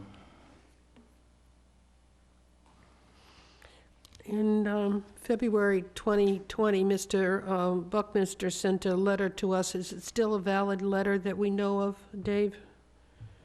Yeah. He what were the comment, or what was the? I am in opposite to one of the two applicants before you. The pier that is proposed closer to Over Jordan, as referenced in map 20, lot 1018, is within areas utilized by both recreation and commercial shell fishing. I was just wondering if Gary would be willing to give us an updated one now that he may see the new plan. Well, I think this is the same plan that he commented on with regards to that letter. But he did also follow up with a comment, I believe, that he took a second look at it and felt less opposed to it based on his further review of it. So that is something that I do have and could distribute to the commission. But again, I would also point that we have more than one entity that weighs in, and the Division of Marine Fisheries is one, and I regard their comments as significant. So that's all I'm stating. The previous plan we had was for 15 Over Jordan Road, submitted to us at a December 4th, 2019 meeting, approved on March 2020. I just so confused over 15 Over Jordan, 17 Over Jordan, 0 Over Jordan. It's awful hard to keep them locations straight. So just to clarify, the one that was approved was the one with the concrete abutments that already were there. The other one closest to Over Jordan Road was the one that was not approved, and that's what is in front of us again. But they, as was mentioned by Mark, they had reduced the length by approximately 50 feet or so. Excuse me. Were there any comments from abutters on this project? I see that there were several contacted, but were there any yays or nays to this project? I did not get any comments from abutters on this particular project. There aren't any. This is a They very... tore the houses down. Yeah, this is a very small area. I don't know if you've been out there. There are 4 docks there already. Yep. There's a 5th dock that's been approved that they, the 17 or 13, I get those. 13 Over Jordan's been approved, and there's a potential, it says We proposed. also have, I think, 2 more applications for docks out in this area. I Yep. think just because you have waterfront property doesn't mean you get a dock. No, I agree 100%. Yeah, so this overall schematic that Mark handed out shows these piers, but as Denise mentioned, there are actually 2 other applications in front of us which propose a pier on either side of this pier furthest to the right. So envision, Also, I think it's to where it says, excuse me, Alyssa, I think it's to where it says existing pier. I think there's like 2 more applications there. So if memory recalls, I think we kind of, maybe 9 docks, or maybe more? Correct. Yeah, everybody wants a on dock this- in this in small area. and So it'll be all piers and no water? That's Krista Foley's dock, right? Is one that's being planned? one. yes, Chrysopholy, and the other one, it's on our agenda here that we've already And continued. then Christopher's neighbor, Gray. who wants to Scott come Gray. up Gray. and, Yep. Yeah, so those are, Up but those are to- 2 that have been continued, correct? and Yes. the other thing is, It's all right here. it's kind of unusual to have somebody who has a dock inviting shell fishermen to work underneath their dock and around their dock. I don't mean to be rude or anything, but it would be a very rare occurrence, unless they were close friends. Well, yeah, I'm not inviting anybody, I'm just saying there is adequate access. Adequate If, access, sort of. You know, there's over 200 feet to the nearest approved dock. you know. 200 feet isn't It's really nothing. anything. I mean, there's 4 docks there already, there's a 5th one approved. How many docks do you want in this little area? Well, And I think this project has already been turned down Several when it was at, February or March? You guys, this committee turned it down at 15 Jordan Road. I don't see any significant change that would say, oh, okay, well, let's do it now. It's been denied. I think it's denied, and no matter how many different addresses you put on it, it's denied. is there a ratio of height to width of the dock? Is it, I forgot what is it? It's proposed at 4 feet wide. The, If it's 4 feet wide, how high does it have to be? That's a good person.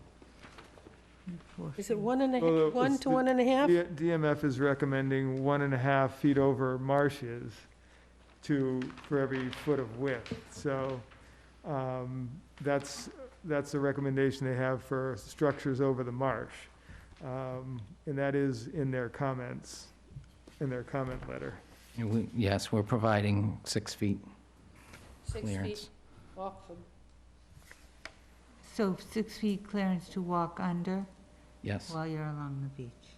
and to So, meet the yeah, requirements. 5-foot allowance Yeah. below stringer for high water, to allow along shore public access. Correct.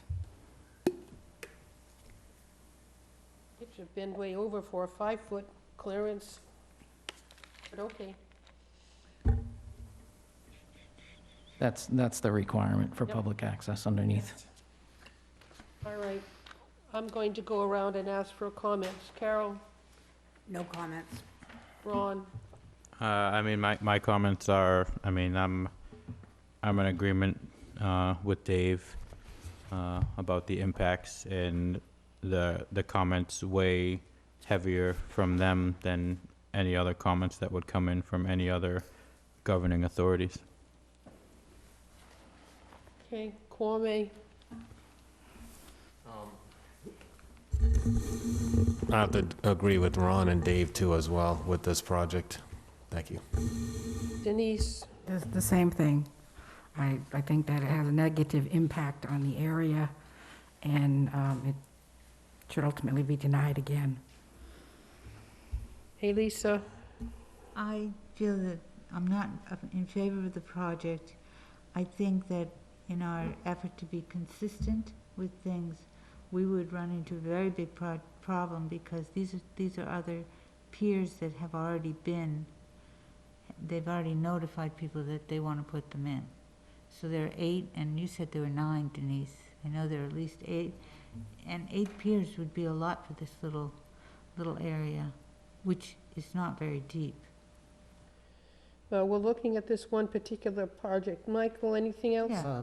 But, I'm sorry, Lisa, you done? no, I just said we are looking at one, but it's impacting more than one.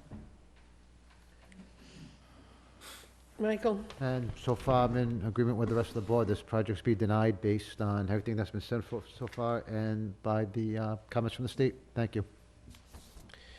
okay, Mr. Bichette, the comments that are coming off of Division of Marine Fisheries,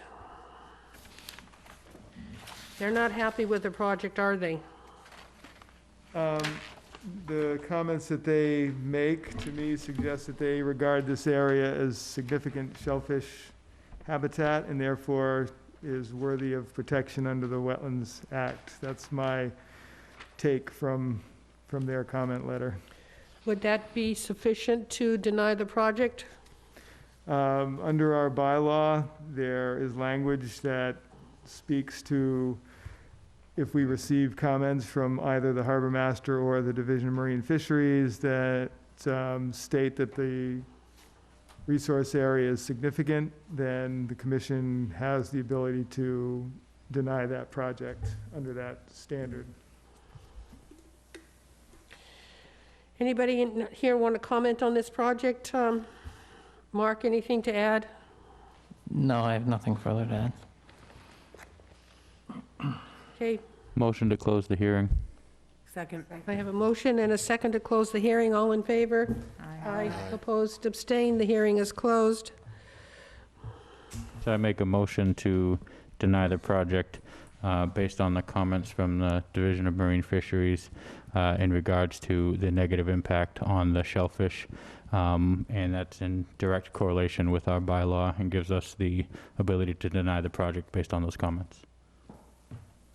And to clarify, it's the comments for the November 19th, 2019 memo. Is that what I'm referring to? Or is there a more current one?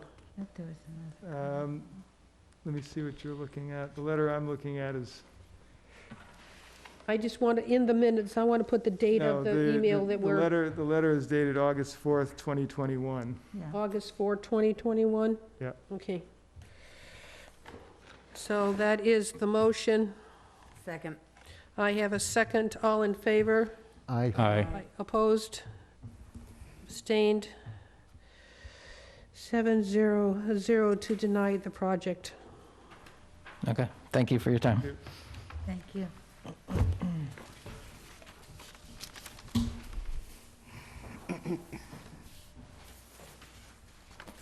Sorry.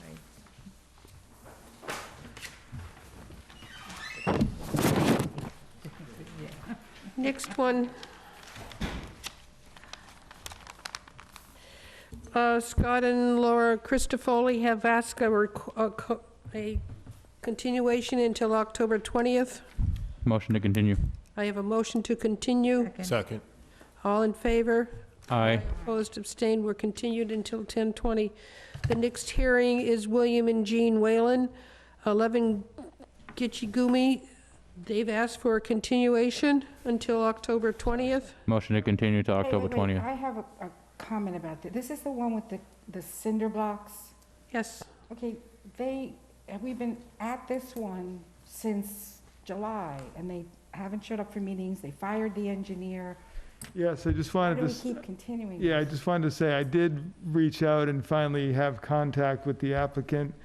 They are engaging a different engineer and/or lawyer. I've stated that they are going to have to be in a position where they're going to have a timeline imposed, where they're going to have to take some action, because we can't just let this thing go on forever. So I asked for them to provide something in writing as to what the status of things are with regards to where they're at in the process. But if this commission wants to impose some sort of a timeline for action, then that's okay too. How many times have we continued this just recently? This is the fourth? We've continued this like 3 or 4 times, yeah. 7/21, 8/4, 8/18, and 10/6. So I guess the question is one, talk about imposing a timeline, but I mean, technically, I mean, they're still in violation, correct? Of Oh, yeah. of an enforcement? Yeah. So as a commission, don't we have the ability to levy a daily fine on this not being, after giving them a certain amount of time to respond? I would say you can do any of those things if you want. I would say if you're going to impose a daily fine, you might want to tell them, we're going to give you a daily fine after this date if you don't come. Well, I mean, forward. I think, you know, an appropriate timeframe would be at the next meeting with some information, or we're going to start imposing a fine. I mean, this is, Not even just information, with a definite. well, what is what I'm saying, like, you need to come with a plan. Yeah. I mean, to me, it sounds like it's, you know, kick the tires, maybe at some point it'll go away. It's never going to go away, but They just I think the only way we're going to get some traction on this potentially is to, you know, give them a firm, this is what it's got to be. If not, it's going to cost you a lot more than it is to have it removed. You have to leave them a little, some space to make their move. I don't think 2 weeks is enough. I mean, how much more time do they need based on how many continuations they've already had? Well, what I can say is I can tell them that they need to appear here at the next meeting. That way, Yeah. there can be some discussion, and the commission can speak with them directly and say, hey, this is what the story is. You need to do X, Y, and Z, or else this is going to happen. Well, because when was the first notice of violation? It was a while ago. And then they were in here actually with Mr. Bob Rogers at the time when he was representing them. And it's been, you know, a good month and a half since we've seen them. July 21st, it was the first time that we moved it 2 weeks. Yeah. July 7th is when we had the enforcement order. Yeah, but then when were they in here with Ms.? Nope, sorry, with Bob? wrong one. I got the wrong one. Let me look for Whalen. In any event, yes, it's been a while. It's been a while, so I We've think, continued it long enough, and I think, as I said, I can inform them that someone needs to attend at the next meeting. so do we need in to, person. do we need to send that, like, certified, constable, anything like that to make it so they can't have a, well, I was never really notified. I guess what's the best way to handle it so that we can guarantee that they'll be here? And let them know that there's an intention of starting daily fines. If they Yeah, don't start. I've been in contact with them directly by email and phone, so I Okay. can speak to them directly and inform them what the story is gonna be, that they need to attend the next meeting.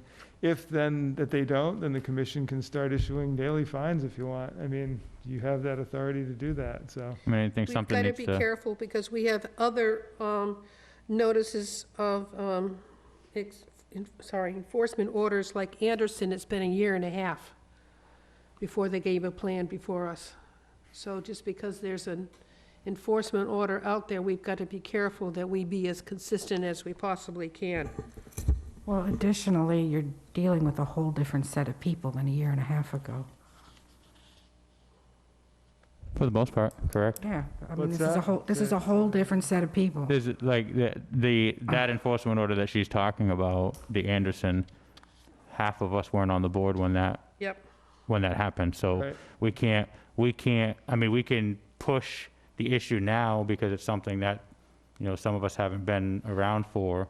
But Yeah, we I can't speak agree to to your somebody point else's that it's- consistency. But Yeah, it's where we need to, and I agree. So, but we're talking about this one specific project. Right. We don't want to tie somebody else into this one, but we can definitely, Let me get Resurface that. them, or put them on notice to attend the next meeting, and if they do, the discussion can be had. If they don't, the commission can then take the next step for fines and/or whatever other actions you wish to I take. found it, enforcement order, they were called before us on January 20th, 2021 is when they first came before us. so this Yeah, is and then- going on 10 months. Well, then that's when they first came before us, then The they. enforcement order. Yeah, then they took time, engaged an engineer, and then came back to us months after that. So, when they were actually in front of us with the engineer, I don't know, Bob, what was that, That was two months ago? July 21st is when they had a public hearing. Okay, yeah, so that's what we're talking about. And then they promptly fired Mr. Rogers.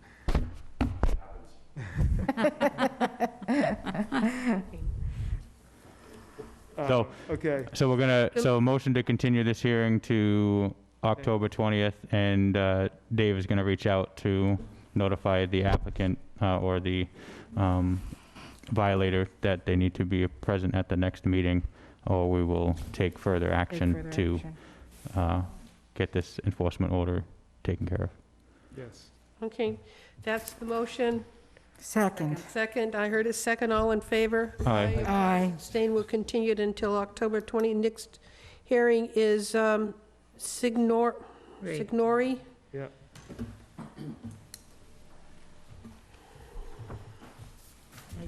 Hi, Bob. Please identify yourself Ron. for the record. Bob Rogers, GAF Engineering. You, Mr. Bichette?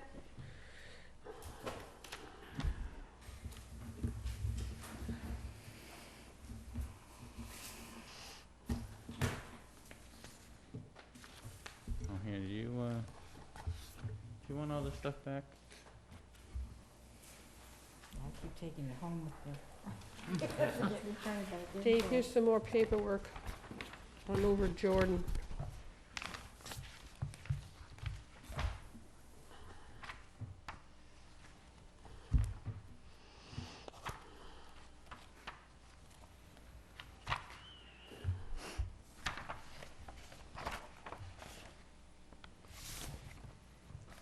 Share that plan.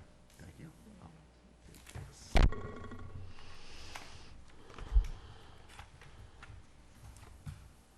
Thanks. Did I ask you to identify yourself, Bob? I think I did. You Okay, did. Yes. I did. Yes, It's yes. beyond my Must be tired of me by thinking now. time. Yes, it's getting close. Only 8:35. Isn't there a soccer it's- game on tonight for World Cup? Or is it tomorrow night? Not sure. Yeah, That'll put you to sleep, Madam Chair. the Red Sox game was last night. That was excitement. No, I stay awake for soccer matches, No. believe it or not, for that one goal to happen in 90 minutes. Yes, or that tie after You, 2 you, hours. you hope that there's a goal in 90 minutes. I don't have a lot of physical copies of this plan because when we started off with this, we were still doing Zoom meetings, and so I had everything Oh. on. I don't know if you have any extra copies kicking around. I can, well, I can certainly give this copy. You know, it's 4 sheets. I don't know if That's I have okay. others. I've been to the property, I don't think I know that. Oh, that's No, over yeah, Jordan. yeah, I got a That's couple over here. Jordan. Yes. Yes. I told you, I'm not thinking anymore. Thank you. No, I'm all set. Yeah. We'll take one. So we look. Well, the plan I'm looking at is, So this project site is at 91 Edgewater Drive, and this project, again, initially proposed the construction of a pier, ramp, and float within land under the ocean, within land containing shellfish, salt marsh, and a coastal flood zone. And the site was also in the estimated habitat of rare and endangered species.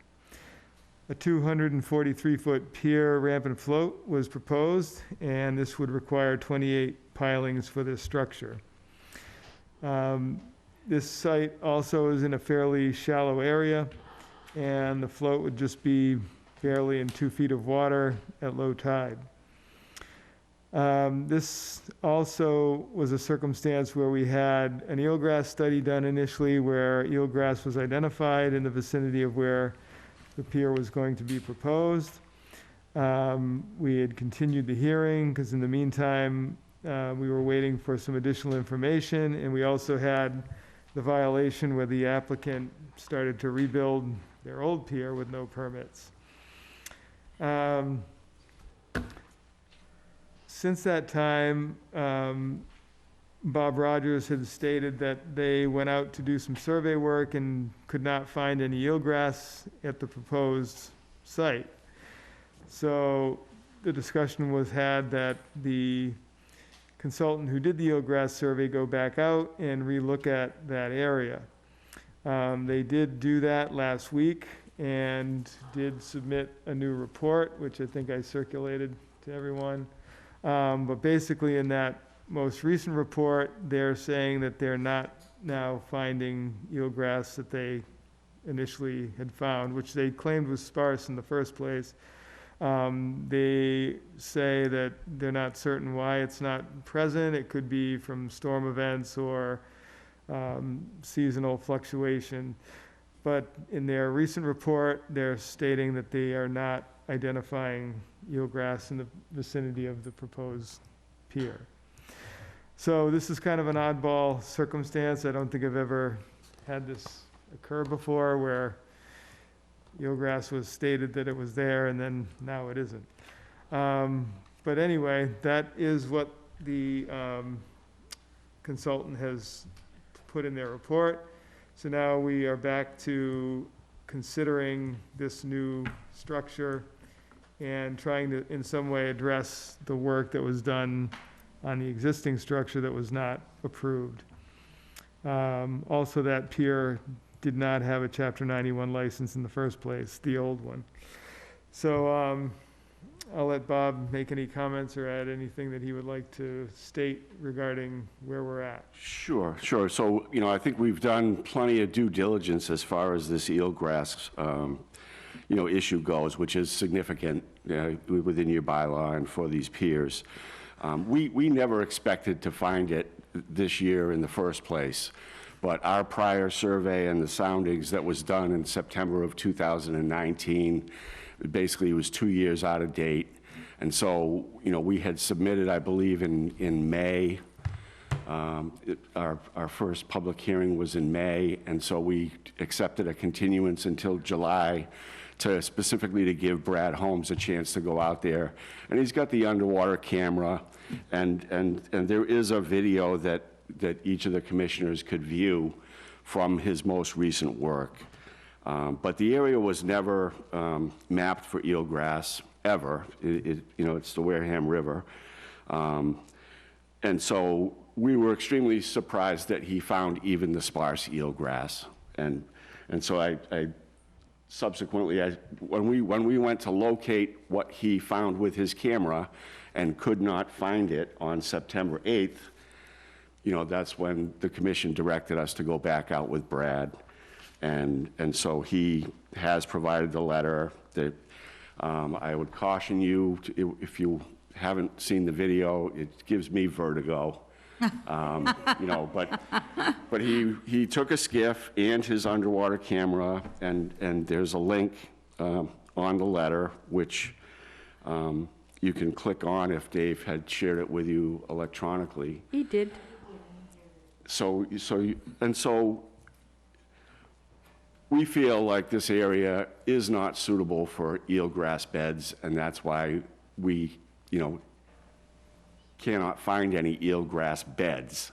It's undeniable that Brad took some pictures of eelgrass in the beginning of July, but for whatever reason, this area doesn't support it. And again, in the video that Brad took, you can see that there's other seagrass, there's other seaweed, there's other things on the bottom, so that it's clear that this wasn't a situation where somebody went out there and raked it up and got rid of it. It just wasn't able to sustain itself in this location. And so now, you know, if you look at the plan at the end of the float, you know, we've got minus 4.3, and then it goes to minus 4.7, minus 4.9. And so my point being, mean low water is minus 2.2. So we've got a little over 2 feet to 2.5 feet at low tide at this location. And we are agreeing to install float stops that would make sure that there's always 30 inches of separation from the bottom of the floats to the bottom of the river. And so we very much would like to receive a positive order of conditions for this pier, which would now, in our opinion, comply with all aspects of the bylaw. We have a letter from Division of Fish and Wildlife that there's no take of rare species, will not adversely affect the resource area habitat of the state protected species. We have never received a comment letter either in favor or opposed from the harbor master. The previously neglected pier and the newly constructed pier are both completely non-compliant, and so we would like to receive permission, direction to remove those and replace it with this that has the proper height. It's you know, we do need the full 200 feet to get to an area where we have the proper depth, and we feel like we've, you know, gone out there numerous times, and there's no evidence that there are eelgrass beds at this location. But certainly, if anyone has not had a chance to view the video, you know, I would grant a continuance solely for that reason. You know, the letter did just come in October 5th. Yeah, I would like that because there's a lot of parts to this particular site based on the new proposal, violations that we have that have occurred here. And I just would like to be able to make sure I'm capturing everything that should be captured before I make a final recommendation on it. So. Because there's no other change to the plans other than, you know, we did revise, I believe, to reference the float stops as requested by Division of Marine Fisheries. Yeah. Bob? Yes. Excuse me, could I just ask a question? Those float stops that you speak of, are those something that have to be maintained in any way? They go on the float piles. So I guess we have 2 piles for the float. And so it just goes on that just to prevent the float from getting too close to the bottom. You know, right now the floats that they have out there now are just so close to the bottom, and so they really want to do this to get everything into compliance with the bylaw. On questions? Carol? No questions. Ron? I don't have any questions at this time, but a continuation would be good, because I'd like to be able to view the video also and just kind of see. Michael? I have none at this time, thank you. Elisa, anything else? Same, no. Denise?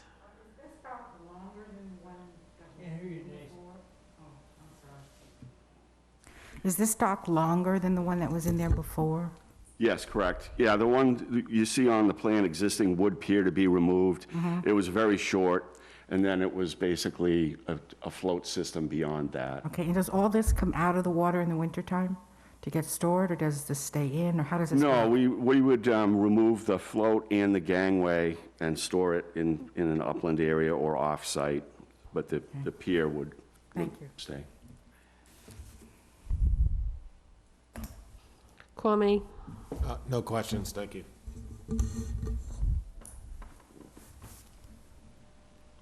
Andy? All right, so, wow. How, even if we approve this, he can't do anything until he gets his Chapter 91, is that correct? Correct. It'd be the 276 days from when we make the application. So he'd be probably So- constructing this next fall. So he'll have another summer without a dock? That's correct. I mean, I would expect that you would possibly, I mean, that's under your purview as to whether that could remain for one season or if it would need to be basically removed sooner rather Well, than later. what he's got now can't be used because the land to the dock there's a gap there. But what does he, swim out to the float and use it off the float? Yeah, I mean, I did There that is some myself use when I went to check and see what the depth of water was at the Yeah. end of, I went on a pretty, like a zero low tide day, you know, from where the existing end of the float is now, I measured 2 feet of water, basically, from the bottom of the river to the bottom of his float that he has there now. So bottom line is that even if this is approved, even at the next meeting, he still has an X amount of days before the Chapter 91, and he can't do anything until Chapter 91 is issued. Correct. So he deals with what he's got for another season. Well, again, unless the board chose to take a position that he needed to remove it. I'm Well, not trying this to is- encourage that opinion, but, This had some work done to it, right? This was the one where it looked, it was said to be, sometime, but when you look at the boards, they look like they were done yesterday, kind of?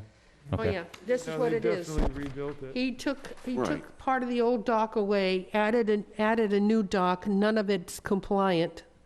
So you can see that he only can use the float at the end of the dock. He can't get to it off of the new pier he's trying, because there's no planks on it. Unless you wanted to do a right, hop yeah. spot. and, So you know, he can wade or put in a kayak and pedal out to the dock, So the floater. to Mr. Rogers' point, I guess the next question would be what we're gonna do with the existing violation.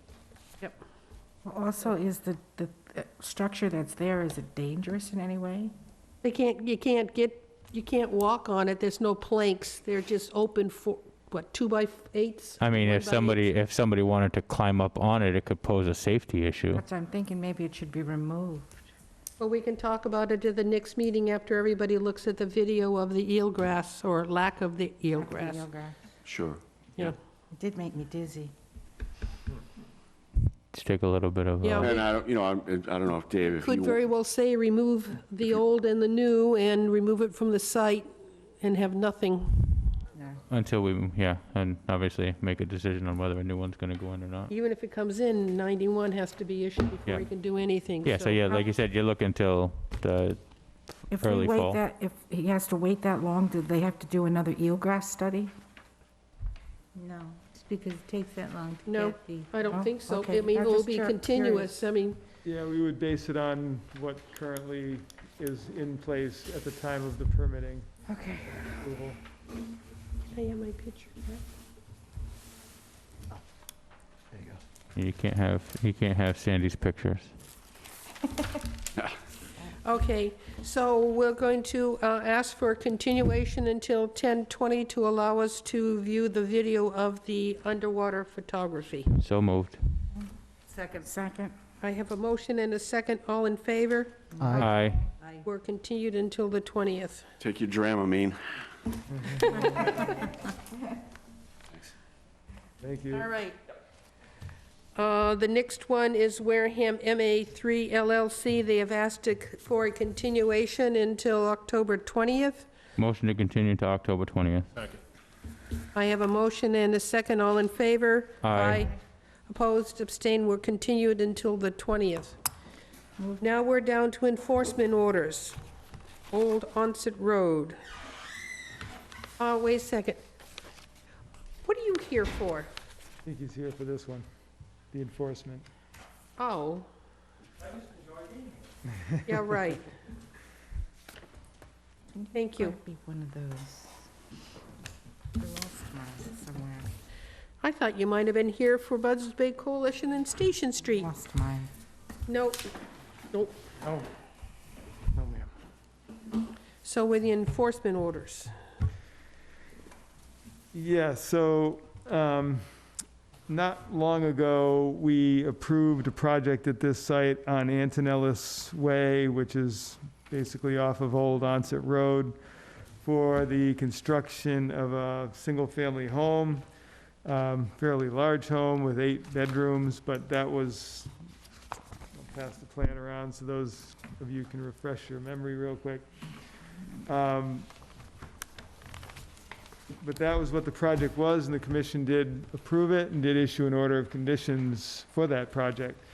What occurred there is that the applicant started clearing the site without first putting in the hay bales and contacting me to tell me that the hay bales were in for me to do the inspection and to go over everything. So I got a call that work was being done, and so I went down there, and the tree cutter guy was there. He was not working right at that particular moment, but I basically told him he had to, stop any work and pack it in, and that there was a violation because the order of conditions wasn't being followed.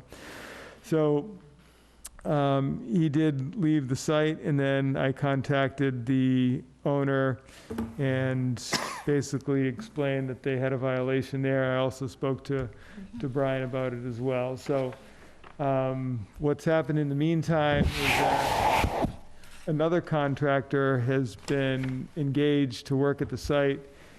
He's gone in and installed the hay bales and did remove a couple of leaning trees that were hanging up that the original tree cutter got stuck up in the woods there that were hazardous. So he took those down, installed the hay bales, and that's kind of where things are at right at the moment.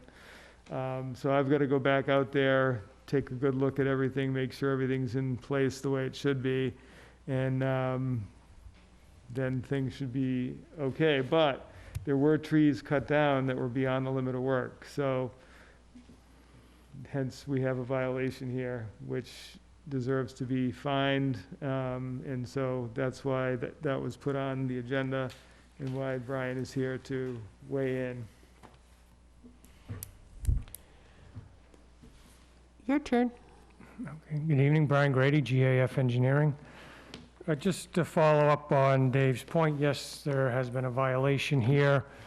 Mr. Antonelli hired a tree clearer to begin work on his project.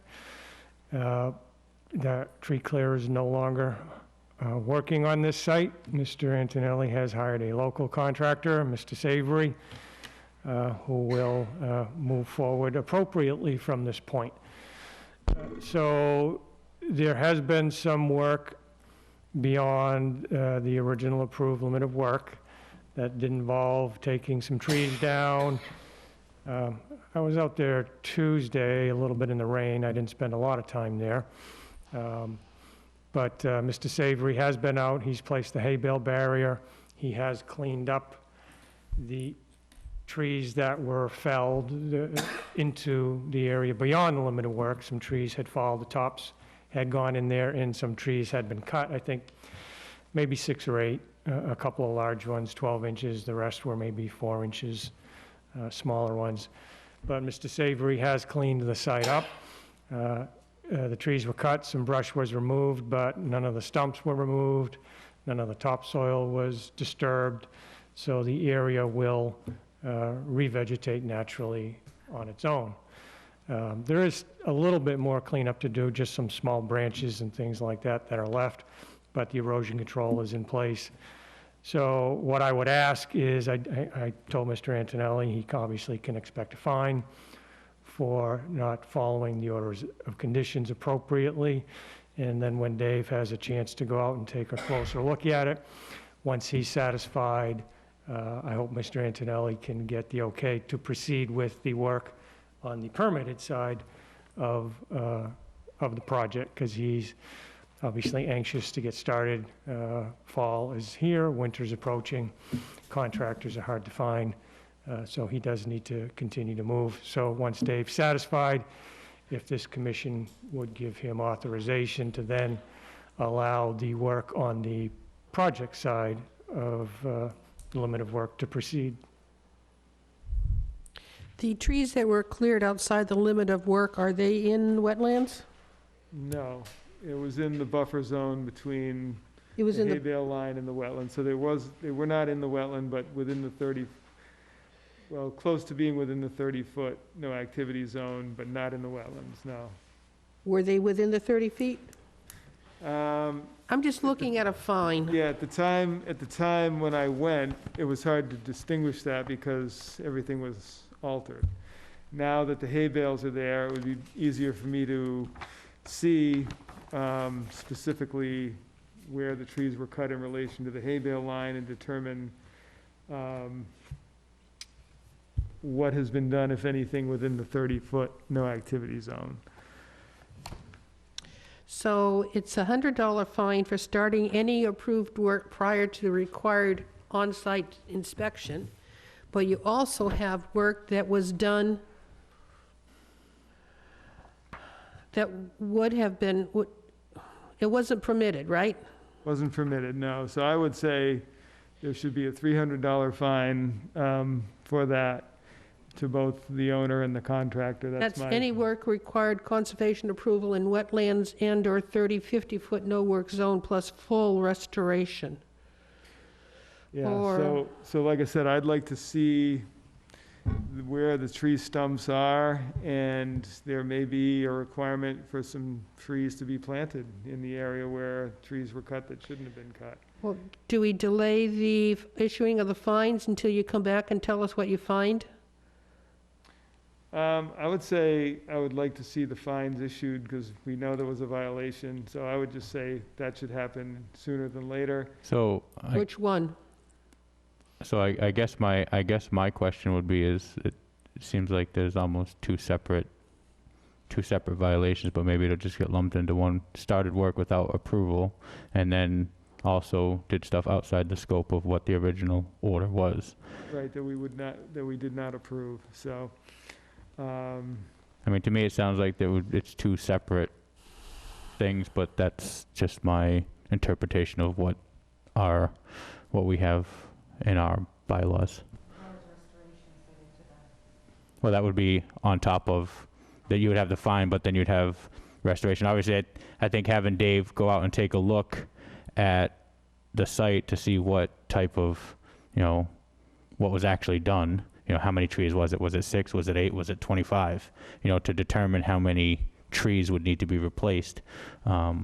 If any, if they have low, they may not need to If any, be yeah. replanted. It So could very well that would be, come back on its own. So I mean, I think we could issue the fines and then further order that if it does need restoration, then we would be able to know what that is once Dave takes a look at the site. Well, we could issue the $100 fine for starting any approved work that didn't have on-site visit, and then look at another fine when Dave come back and tell us what he sees for what has been cleared or cut. yeah, I know work was done beyond the limit of work. So as far as I'm concerned, there should be a $300 fine issued to both parties, as I already said, because we didn't approve that work. And what's your thoughts on the restoring? The restoring, I think, could come afterwards if, in fact, It's necessary. depending on the nature of the trees. I would like to see it, but I'm thinking I would want to see some trees replanted. How many, I don't know, but I'd like to go and take a look at it first. So on the starting of the work, without you going down to look first, is that homeowner and contractor also? Just like doing unapproved work, homeowner and contractor? I would say that's up to the commission. That's typically what has been happening. So Well, I would just mention that the contractor who did that work is gone, and he left with some of Mr. Antonelli's money, so he will not be returning, so any fine you issued to him, I can tell you will not be paid. Well, he'll have to respond to that, and we'll see if he pays it or not, but he should get a fine, you know? Whether he follows through and pays it or not, well, that's another story. We'll have to deal with that issue. Yeah, that's a different handling, but issue it, and then obviously if it's not paid, then it turns into something different, but obviously we would need the information of the contractor that was hired for the, So we're looking at a $300 fine for both the homeowner and the contractor. Dave will take a look at the site, and at what time will we allow work to continue? Well, as far as the fine to the homeowner or to the applicant, I would want to see that paid before we allow work to start again. That's my thought. I think it's something that shouldn't have occurred. It was pretty clear as far as what the conditions were, and there's really not a valid excuse in my book for it. So I would say we give him the fine, he pays it. If I see the hay bales are in place, then he can continue to go forward. That would be my recommendation to the commission. so just to clarify, a $100 fine and a $300 fine, or just a $300 fine? Because it's two separate violations. One violation for starting the work that was approved, and then another violation for out of the scope. So there should be two fines. And that's up to the commission. We really have not, once we've issued a $300 fine, we haven't in the past tacked on the 100. I don't know that at least in my time, I don't remember having a violation where it was started prior to and then also being outside the scope of work. So, and I,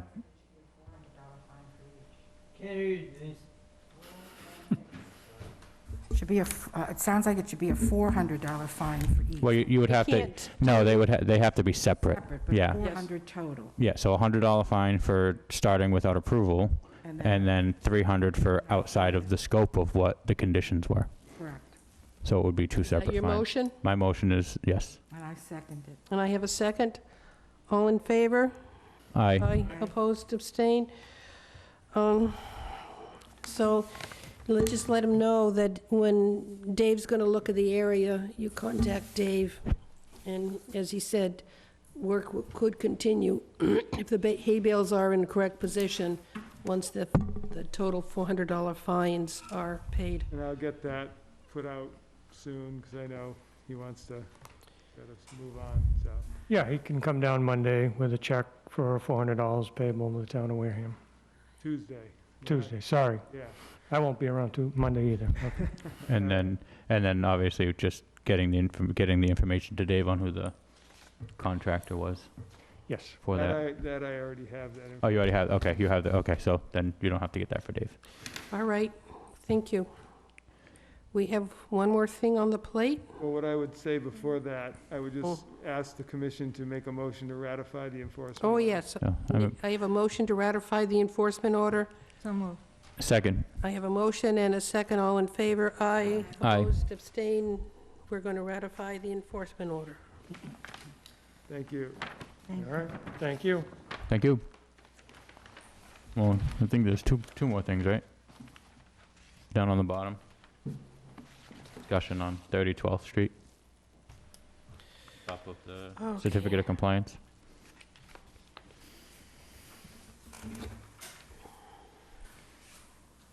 Sandy, can I ask a question, or Dave?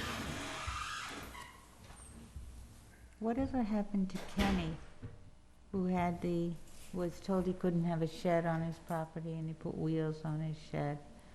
Oh, that's yeah. still, That's that's still Keegan, an it's ongoing still, violation. That's, yep. we're trying to get addressed through the town's Legal. attorney, since we haven't had any response. Yeah, from that's been, compliance. that one's been a little while. Yeah, that one had to go to, you know, Because wasn't that one at the point of he was being fined $300 every day? yes. And then also, what happened to the woman who built her patio in the water, basically, down in Pinehurst? Well, yeah, that wasn't in the water, but it was right up to the edge of the water, and she has had that removed. Wow. Yeah.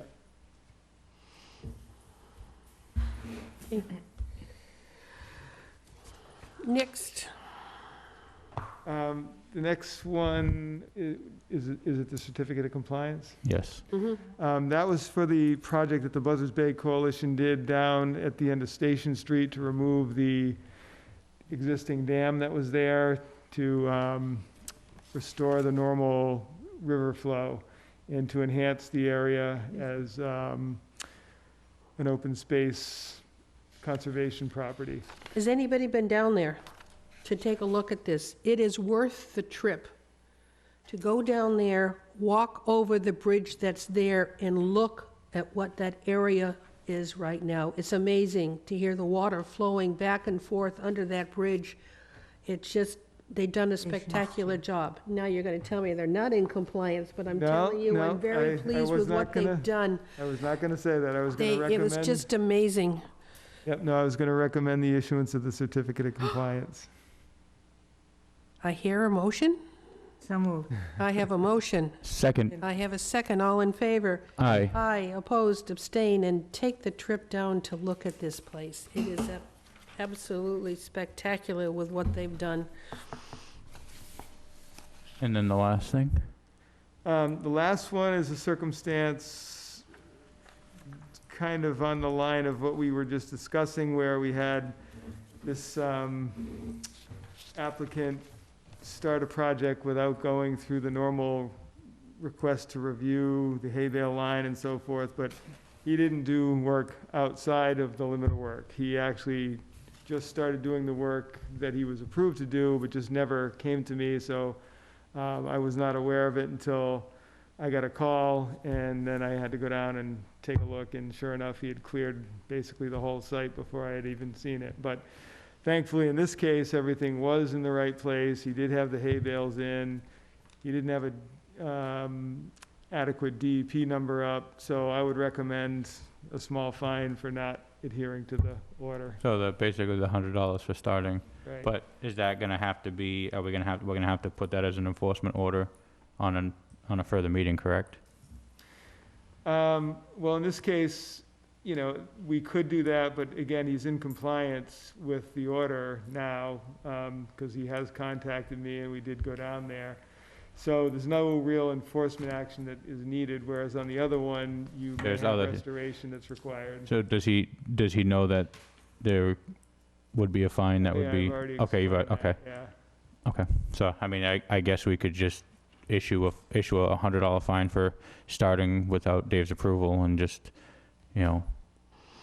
Okay, make the motion. I make a motion that we fine 30 12th Street Russ Motto for starting work before Dave's okay. Did he do the work himself?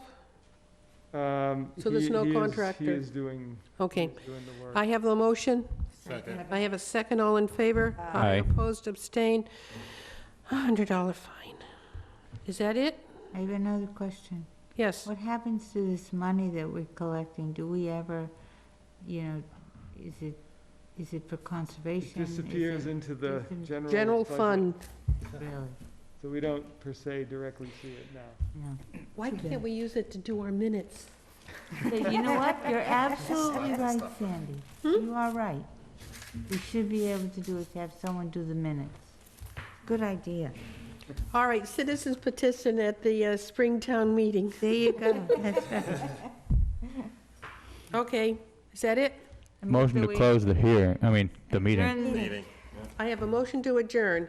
Second. I have a second. All in favor? Aye. Abstain. And what time is it, please? 9:10. I missed, Okay, I've been 9:10. carrying around this folder.